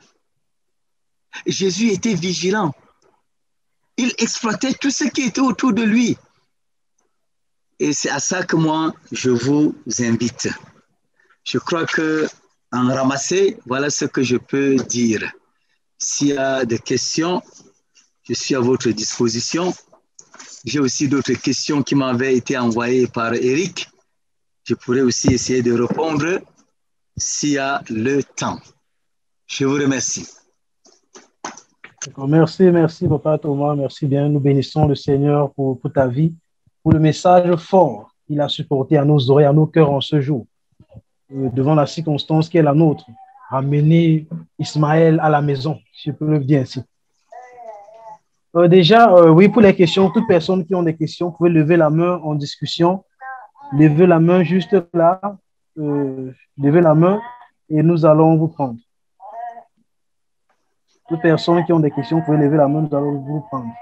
Aussi simplement que cela. Voilà. Thierry, tu pourras dire comment on fait pour lever la main.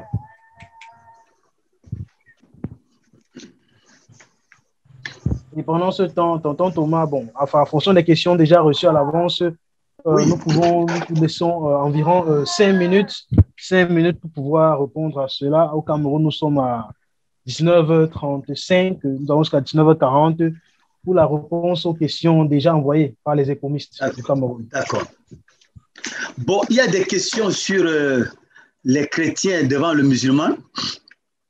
Il y a quelqu'un qui a posé cette question. Que dire à un chrétien religieux qui est devenu musulman à cause du fait qu'il trouve que le musulman se comporte mieux que le chrétien?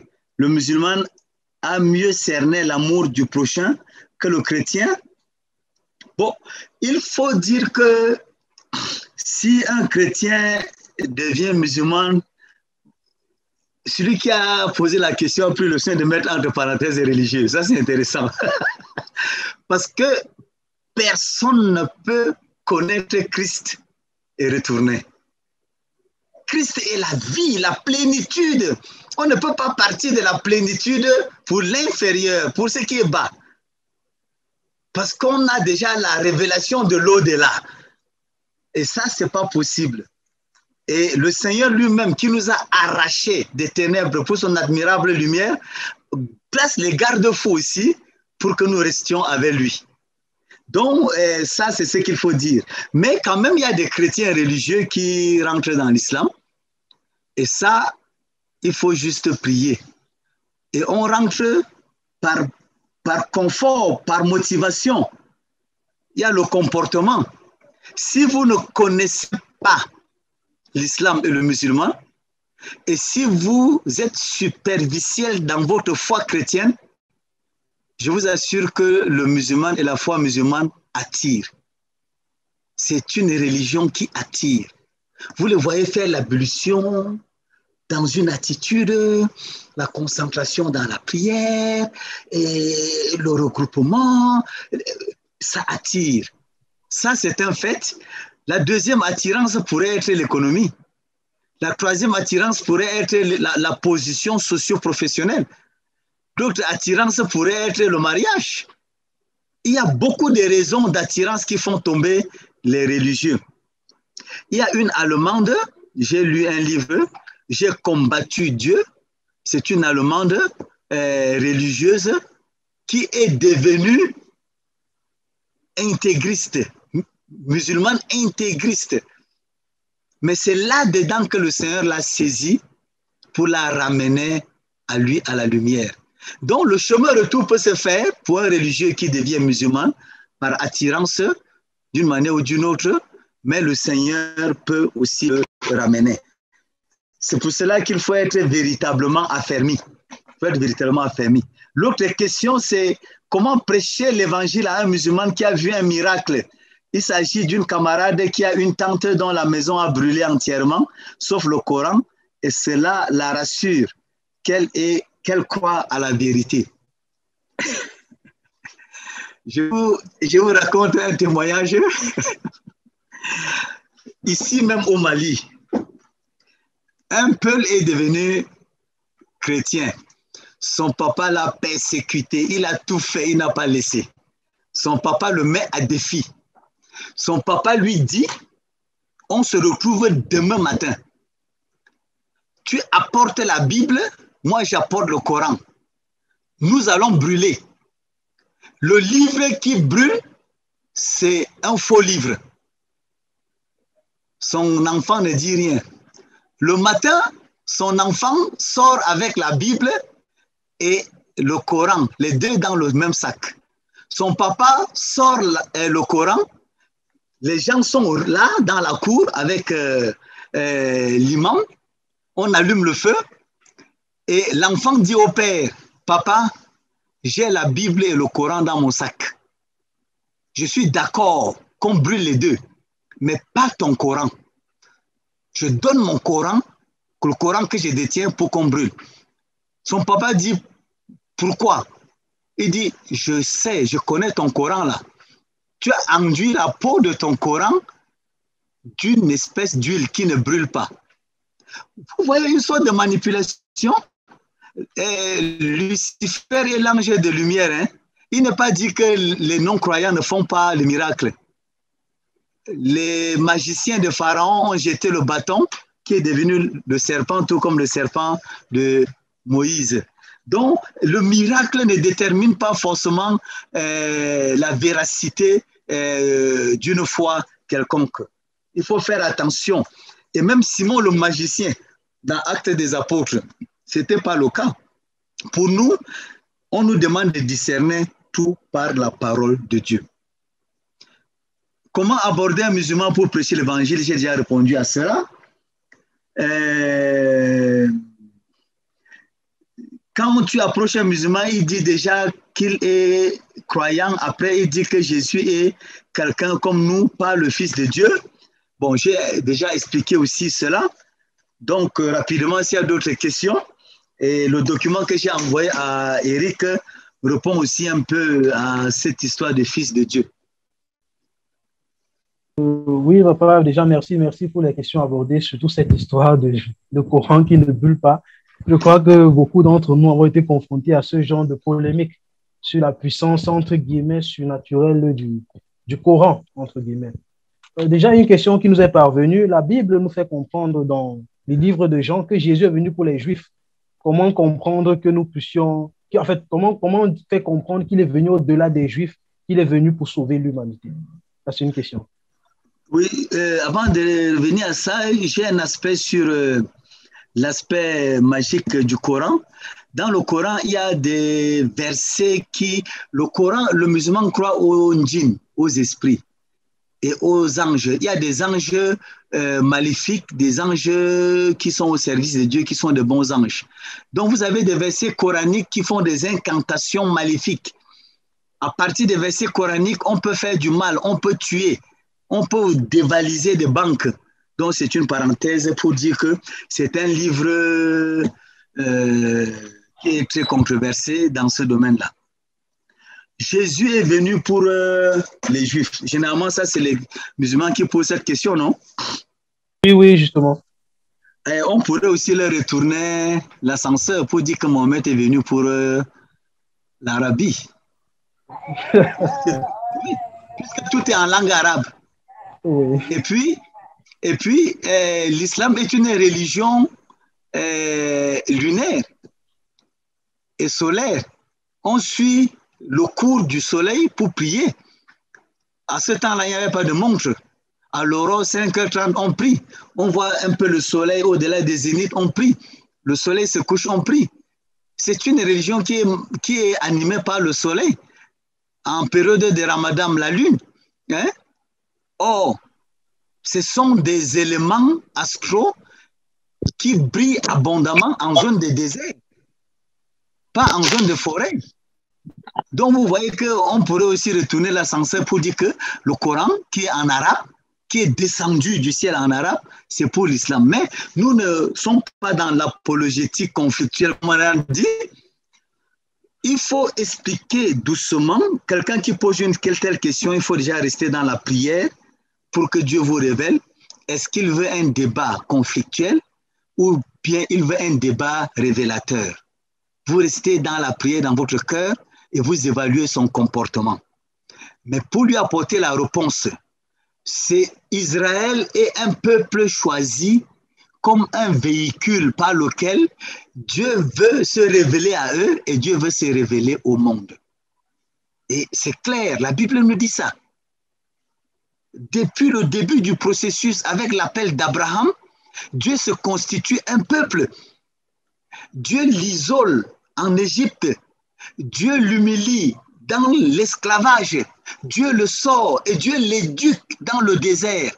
Et Dieu se révèle à lui à travers les 10 commandements, à travers sa puissance.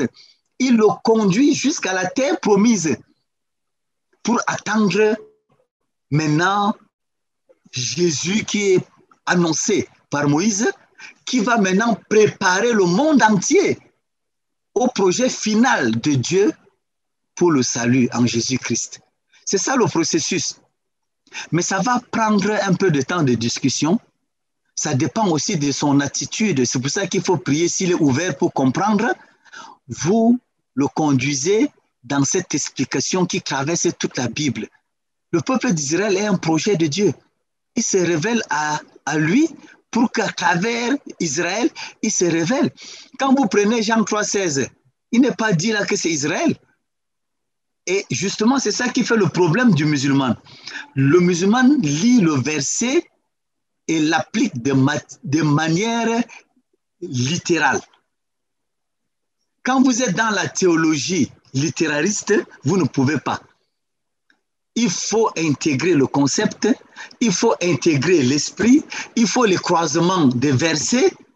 Voilà un peu ce que je peux dire. Donc, c'est des questions généralement préparées. Ces musulmans, ils ont des questions. Des gens leur disent, si les gens vous abordent, si vous voulez fermer la porte du dialogue, posez telle question. Si vous voulez les confondre, posez telle question. Parce qu'ils sont enseignés à vous déconcerter également. Voilà ce que je peux dire. Et là, c'est l'approche à long ou à long terme, ou à court, pardon, l'approche à moyen ou à long terme, parce que ça va demander l'amitié pour s'asseoir, échanger, lui dérouler le projet de Dieu en Israël, depuis Genèse jusqu'au Nouveau Testament. Encore que le juif monothéiste, il ne croit pas aussi, hein?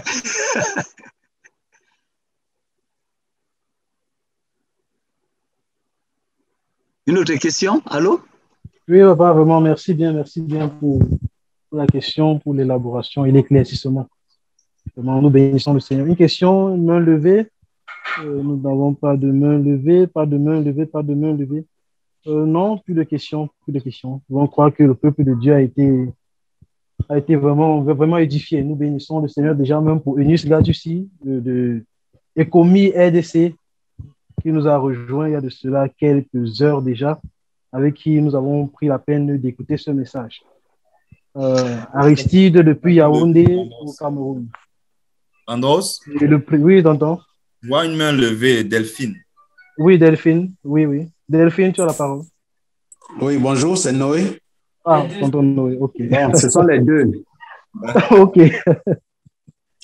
En fait, je ne sais pas si ça a été abordé, mais c'est un truc parfois qui est un peu confuse.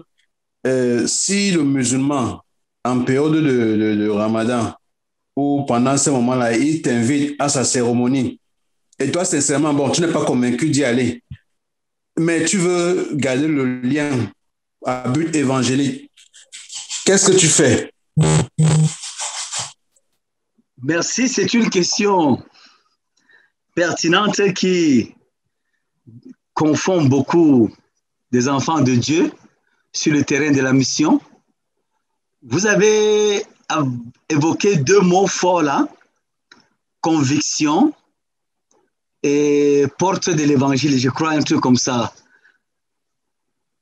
Je vous assure, je ne vais pas vous donner une réponse arrêtée parce que la conviction, c'est ce que l'Esprit vous donne de comprendre. La conviction, c'est ce que l'Esprit vous donne de comprendre. Moi, je suis missionnaire transculturel. Je vais dans les autres cultures, je vais dans les autres milieux. Ce que l'Esprit me dit, peut-être forcément, ce n'est pas ce qu'il peut vous dire. L'Esprit qui est la puissance de témoignage selon Acte 1 parle. Et Jésus dit que l'Esprit parlera à notre esprit. Il prendra la vérité du Père pour nous annoncer. Et c'est l'Esprit qui trouvera les mots. Donc, ça dépend de ce que l'Esprit vous dit. À cette question, vous trouverez que l'apôtre Paul a des réponses oui, il a des réponses non. Donc, ça dépend. Qu'est-ce que l'Esprit vous dit? Si l'Esprit vous dit, l'Esprit va vous préparer et l'Esprit va préparer l'autre. Si l'Esprit vous dit, n'allez pas, l'Esprit va préparer le cœur du musulman à intégrer votre conviction et à respecter votre conviction. Si l'Esprit vous dit, allez, l'Esprit a quelque chose à faire là-dedans. Voilà ce que je peux vous dire. Ça dépend véritablement de vous. Il faut veiller à ce que vous ne fermez pas la porte que l'Esprit ouvre pour la mission. Et si je vous donne mon témoignage, moi, dans ma position interculturelle envoyée vers le monde musulman, je vais parmi les musulmans, hein, il est en Ramadan, il m'invite, je viens, je bois sa bouillie le soir. Il est en Ramadan, j'achète 2 bouteilles de Gino, 2 bouteilles de grenadine, je lui apporte pour qu'il casse le Ramadan. Ça ouvre la porte. Et laissez-moi vous dire que j'ai eu des familles musulmanes qui ont ouvert le cœur à l'évangile avec cette approche-là. Ils ont ouvert le cœur. Ils ont eu des cas de maladie, ils ont demandé la prière, ils ont fait confiance à mon Jésus. Mais ça dépend. Ça dépend. Il faut vraiment écouter son esprit. C'est une puissance qui nous accompagne. Ne négligez pas l'esprit. Voilà un peu ce que je peux dire. N'attendez pas que je vous dise oui ou non, vous me comprenez, hein? Oui, c'est bien compris. Merci beaucoup. Je vais te demander de faire le témoignage de Modibo. Roi. Oui. Mais peut-être le témoignage de ces Modibo, qui sont nos frères, mais qui sont dans les mosquées. Bon, je laisse. Oui, oui c'est vrai. Merci beaucoup, Eric. Merci beaucoup, Eric. Eric évoque un aspect. Souvent, nous croyons que celui qu'on regarde là, il est musulman, mais il est enfant de Dieu. Il y a justement un grand Modibo de Garoua qui m'a dit, écoute, c'est pas tous ceux-là que tu vois entrer dans la mosquée qui sont musulmans. Parmi eux, il y a les suiveurs de Christ. Il y a les suiveurs de Christ. Donc, et ce Modibo est ouvert. Nous allons chez lui. Nous partageons avec lui. Et il a des, comme il fait le tafsir, il fait des enseignements coraniques, il a des élèves qu'il forme qui savent qu'il est chrétien. Il leur a dit, bon, moi, je suis chrétien, ma formation là, je centre sur la personne de Jésus. Ils disent qu'ils veulent davantage connaître ce Jésus. Mais ils continuent à aller à la mosquée. Donc, c'est une histoire de l'esprit. Comme dit Eric dans les témoignages, c'est vraiment une histoire de l'esprit. Et si vous êtes en communion, en intimité avec l'esprit, l'esprit va beaucoup. Vous voyez, le musulman fait confiance aux chrétiens. Hein? Le musulman fait confiance aux chrétiens. Il est même dit au Tchad, je connais des milieux où, quand un chrétien égorge, le musulman mange. Parce qu'on fait confiance en lui. Donc, je renvoie un peu à l'écoute de l'esprit pour que l'esprit nous conduise. Gloire à Jésus, gloire à Jésus. Nous saluons déjà par là l'encadreur local du GBEC Douala, Sylvie, le secrétaire régional Arnaud Diodo, le président du CCU de Kaélé, Valdès, voilà, les bien-aimés de Boya, Marielle, Rosine. Et nous saluons ici le membre du Conseil spirituel national, papa Jean Gatussi. Voilà, tonton Eric, nous te laissons la parole pour 2 minutes, et après quoi nous allons... Je vais peut-être, il y a Audrey qui a la main levée, Landros. Est-ce qu'on peut prendre sa question comme dernière question? Oui, nous pouvons prendre Audrey, oui. Ouais, avant que je dise un mot. Audrey. Oui, tonton, bonsoir. Bonsoir, Audrey. Bon, je ne sais pas si on a déjà évoqué ce point, mais j'aimerais savoir comment déjà lancer le sujet. Quand tu approches déjà un musulman et tu lui dis bonsoir, tu te présentes, tu ne vas pas directement lui dire, quand tu lui dis directement, j'aime que tu aimerais que vous échangez un peu, c'est parce que la parole de Dieu, il y en a directement qui te chassent. Et c'est pas s'il y a un mot, et c'est pas plus doux ou une phrase qui va peut-être casser cela, parce que dès qu'ils entendent Dieu, ils savent que tu n'es pas musulman et ils ne veulent pas continuer. Même s'ils sont disponibles, ils vont te dire qu'ils ne sont pas disponibles. Donc, je ne sais pas comment commencer avant d'entrer dans le vif du sujet même. Voilà, Audrey, c'est une écomiste.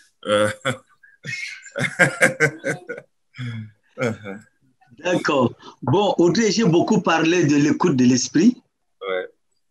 Il faut beaucoup écouter l'esprit. Il n'y a pas de théorie préparée pour aller sur le terrain parce que c'est une œuvre d'esprit. Tu dis avant de sortir, Seigneur, ouvre-moi une porte. Donne-moi une clé sur le terrain. Ça peut être par la salutation, ça peut être par un service, ça peut être d'une manière ou d'une autre, la porte va s'ouvrir. Il faut aller par l'esprit et faire confiance. Mais toujours est-il qu'il faut considérer le dialogue, établir le dialogue.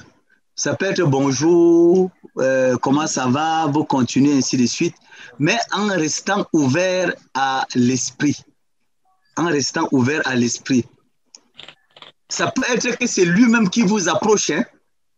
J'ai le témoignage d'un missionnaire britannique qui est allé en Arabie Saoudite, en tourisme, et il est devant la tombe de Mahomet, il fait les photos, et un musulman arabe, un Saoudien s'approche de lui.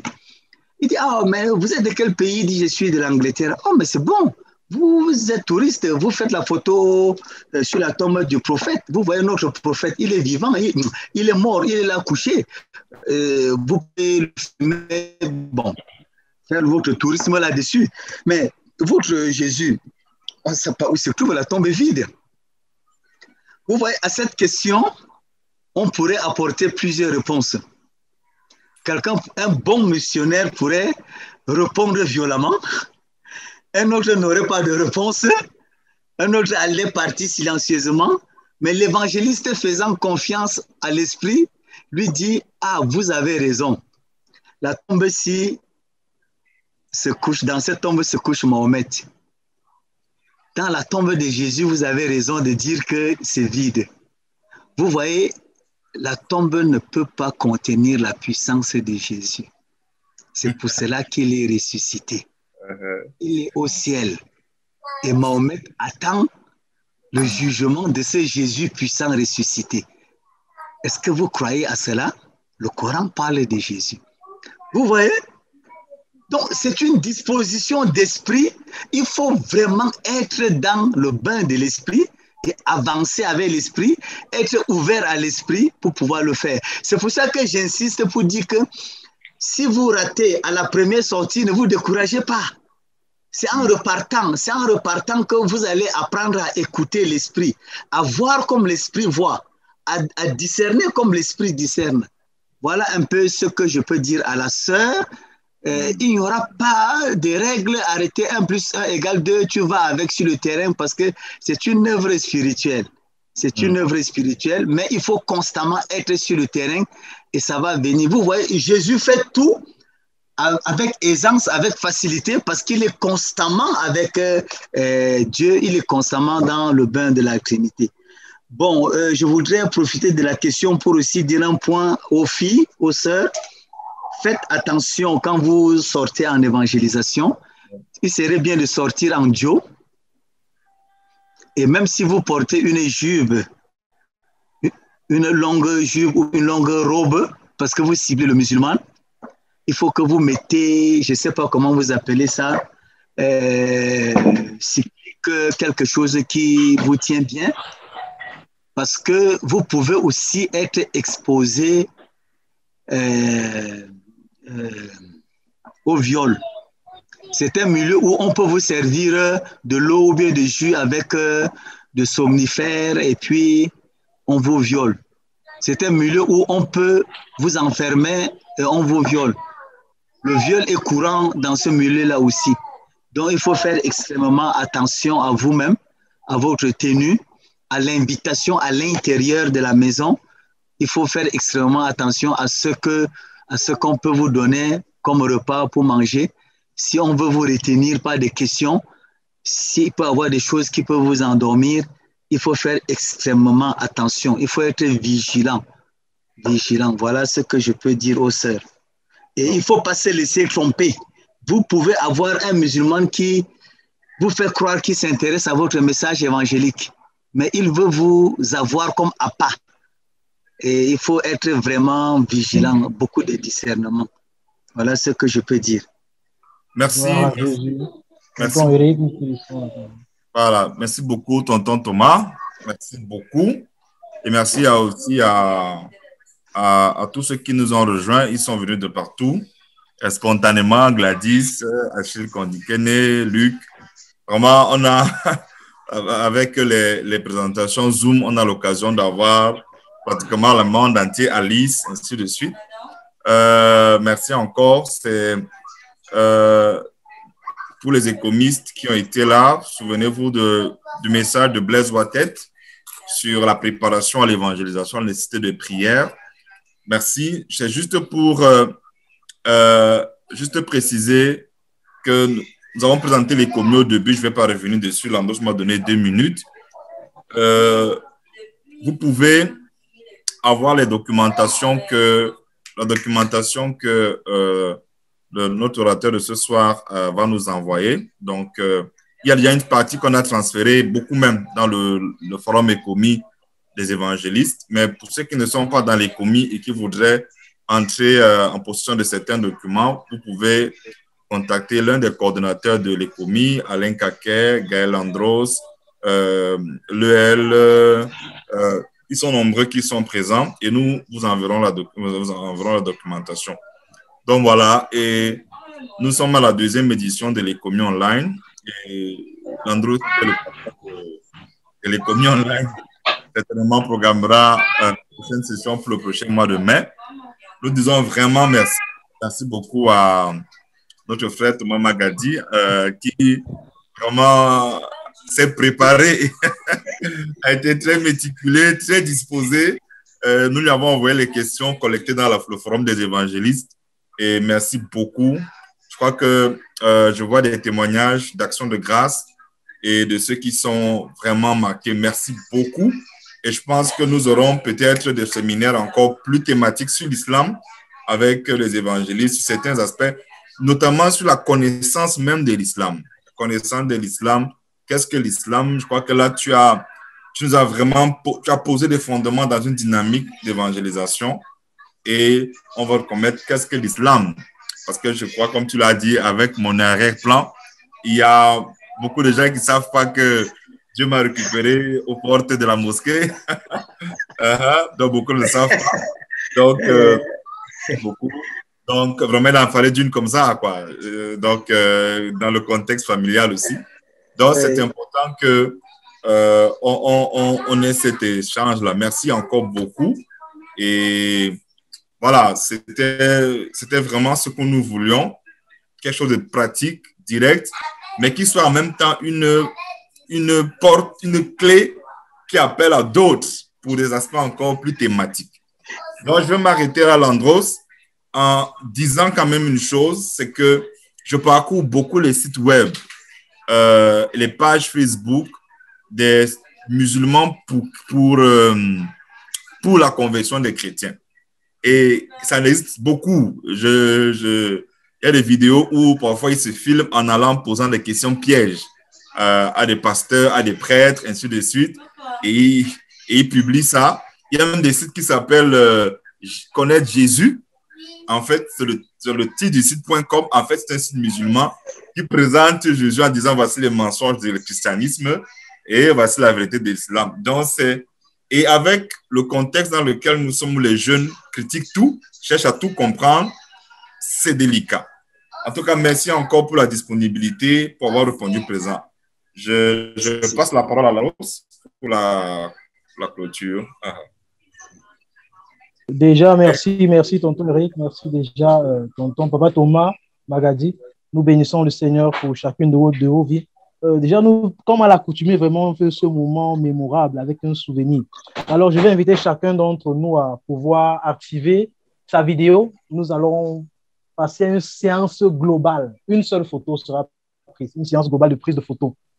Les prises de photos Zoom. Donc, tout le monde sur sa plateforme active déjà là où se trouve la vidéo et nous allons prendre une photo. Photo de famille. Bon. on fera avec comme ça. Il faut être rapide. Bon, Thierry, nous te laissons. Ok. Donc, bon, il y a certains qui disent qu'ils sont à minuit chez eux, donc ils sont très loin. Peut-être ils sont couchés déjà. Ok. Bon. Moi, j'ai bloqué l'avancement de l'anniversaire ici, dans du tuyau. Donc, les gens m'attendent. Oui, anniversaire, hein? Oui, anniversaire. C'est moi qui donne la fête là depuis. Donc, il faut que j'aille. Il faut compris. Oui, bien, regarde. Voici la coordonnatrice de l'anniversaire. Elle est très engagée. Joyeux anniversaire, que Dieu te bénisse. Il fallait couper le gâteau. Oui. On ne la voit pas, Eric, c'est noir. On ne la voit pas. Ouais, Israël là. Viens. On ne la voit pas. Oui, chez toi, c'est noir. Chez moi, c'est noir. Oui. Tonton, même chez toi, c'est noir. Ah bon? Chez moi, là, c'est noir. Elle a 8 ans.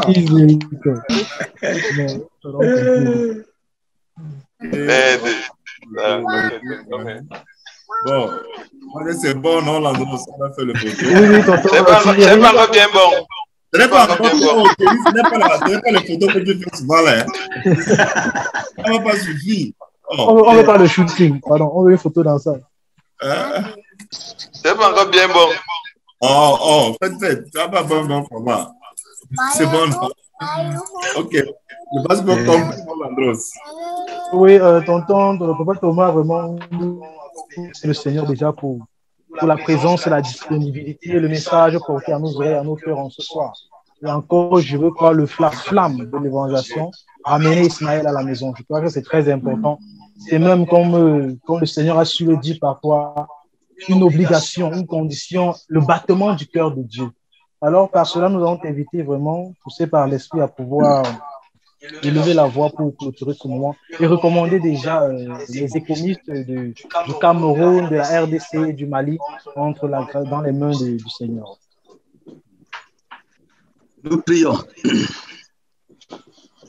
Seigneur, nous te donnons toute la gloire, toi qui nous as sauvés pour la vie éternelle. Et nous te donnons toute la gloire, toi qui nous as sauvés pour nous envoyer chercher des âmes. Et particulièrement dans ce contexte, les musulmans que tu aimes.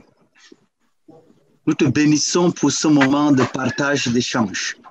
Nous te bénissons pour ce que tu as donné aux uns aux autres, de saisir comme outil pouvant les aider dans la mission auprès des musulmans.